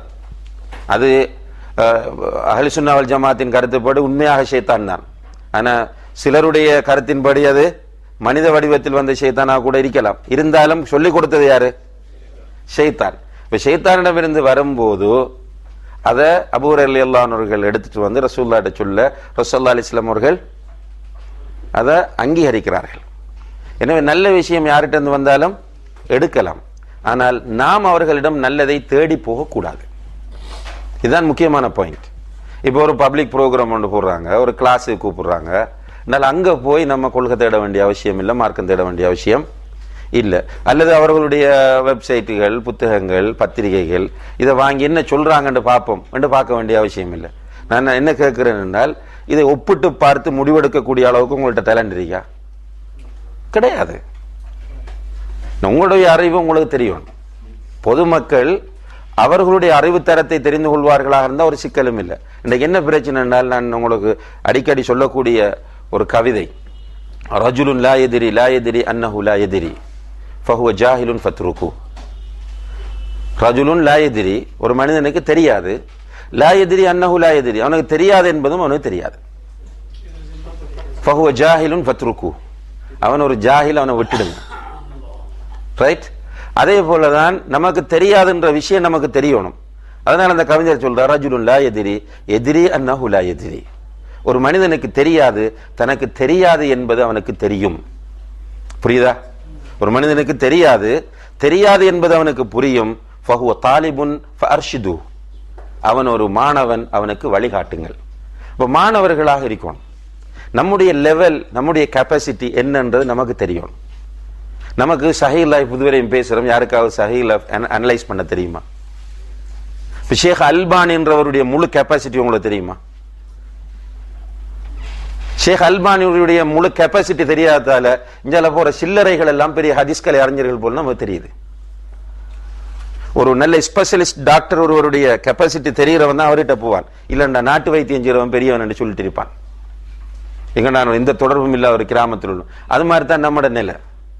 ஷேக் அல்பானுடைய கெப்பாசிட்டி என்னன்னு தெரியாததால அவரிடமிருந்து களவெடுத்து அவரிடமிருந்து திருடி சொல்லக்கூடிய தமிழ்ல சொல்லக்கூடிய ஆக்கள் அவர் ஹதீஸில் மாமன்னர், ஹதீஸில் மேதை இப்படி நினைச்சு இருக்கிறோம். காரணம் என்னென்றால் இன்னைக்கு தாலிபுல் இல்ம் எல்லாம் பார்க்கலாம், யாரும் இதுல வழிகட்டு போகல, இந்த கருத்துக்கு அடிபட்டு போகல தாலிபுல் இல்ம் யாரும். நீங்க தமிழ்நாட்டிலையும் பாருங்க, ஸ்ரீலங்காவிலையும் பாருங்க. எங்க ஊர்ல மட்டும் எங்க ஏரியாவில் ஈஸ்டர்ன் ப்ரோவின்ஸ்ல மட்டும் நம்ம ஒரு 500 உலமாக்களை சேர்த்தோம். மௌலவிகள் தாலிபுகள் அவங்க யாரும் இந்த கொள்கையில் அடிபட்டு போகல. ஏன் அடிபட்டு போகலன்னா இல்ம் இருக்கி, அவங்களுக்கு தெரியும் அல்பானி யாரு, ஹதீஸ்ல தஹ்ரீஜ்னா என்ன, அகீதாண்டா என்ன, உசூலுல் அகீதாண்டா என்னன்னு தெரியும். இப்ப நமக்கு அப்படி இல்லை. நமக்கு காட்டி தந்ததெல்லாம் மேலோட்டமா இமாம் அபு ஹனீஃபாவை டேமேஜ் பண்ணாங்க. துருல் முக்தார்ல வர செய்தியை வச்சு அபு ஹனீஃபாவை டேமேஜ் பண்றது அது கூட பிராக்டிக்கலாண்டே தேவைப்படுது. என்ன துருல் முக்தார்ல அல்லது ஏதாவது ஒரு புத்தகத்துல ஒரு மையத்தோடு விபச்சாரம் செய்தால் என்ன சட்டம் என்று வந்தால் அன்றைக்கு நக்கல் அடிச்சோம், கேலி பண்ணினோம், இது தூண்டுற மாதிரி இருக்குன்னு சொன்னோம். நடக்குது, விபச்சாரம் பண்றாங்க, என்ன ஹுக்கும்? அவங்க இமாம்கள்கிட்ட சில தவக்வாத், அதாவது இஃப்திராவாத், இப்படி இருக்கும் என்று கற்பனை பண்ணி சில தீர்ப்புகளை சொல்லுவாங்க. சரி, அதை சொன்னது அபு ஹனீஃபா இல்ல. துருல் முக்தார் இப்னு ஆபிதீன் சொன்னதை வச்சு அபு ஹனீஃபா டேமேஜ் பண்ணாங்க. பிறகு யாரு மஹல் இந்த இஆனத்து தாலிபின், இது கேரளாவில் உள்ள ஒரு ஆள் எழுதினது, அவர் எழுதின புத்தகத்தை வச்சு இமாம் ஷாஃபியை டேமேஜ் பண்ணாங்க. அதுல கஞ்சாடிக்கலாம் அப்படின்னு சில வாசகங்கள் இருக்கு. அதாவது உலமாக்கள் என்பவர்கள் போதையை கொஞ்சமா எடுக்கலாம் என்று ஜெயின்லாப்தீன் எழுதின கேரளாவை சேர்ந்த அவர் எழுதின புக்கில் இருக்கு. அதை வச்சுக்கொண்டு இமாம் ஷாஃபியை டேமேஜ் பண்ணாங்க. இப்ப டேமேஜ் பண்ண நம்மட பார்வையில ஷாஃபியை படிக்க தெரியாது, நமக்கு தெரியாது. அபு ஹனீஃபா படிக்க தெரியாது, மாலிகை படிக்க தெரியாது, யாரையும் படிக்க நம்ம கிட்ட கெப்பாசிட்டி இல்ல. என்ன பண்ணினோம்னா அவங்க சொன்னதெல்லாம் உண்மை நினைச்சுக்கி அபு ஹனீஃபாவோட பேரை யாராவது சொன்னான்டா கோபம் வருது, கடுப்பு வருது. இமாம் மாலிகோட பேரை சொன்னா கோபம் வருது, மதுஹப்பாதி என்று சொல்றோம். நமக்கு நம்ம யாரு? அவரை இமாம் அபு ஹனீஃபான்னு பேர் சொல்றவரை மதுஹப்பாதி என்றால் நீ யார்? முஜ்தஹிதா, முஸ்லிஹா, நீ ஆலிமா, அல்லாமாவா? யாரு? ஒன்றுமில்லாதவர்கள் பெரியாக்கள் ஆகிறாங்க. இல்முள்ளவர்கள் அப்படியே டேமேஜ் பண்ணப்பட்டு போயிட்டாங்க. இன்ஷா அல்லாஹ் இது அல்லாஹ் தஆலா விட மாட்டான். அல்லாஹ் ரசூலுல்லாஹி சொன்னாங்க, லா தஸாலு தாயிஃபத்து மின் உம்மதி ஸாஹிரீன அலல் ஹக்.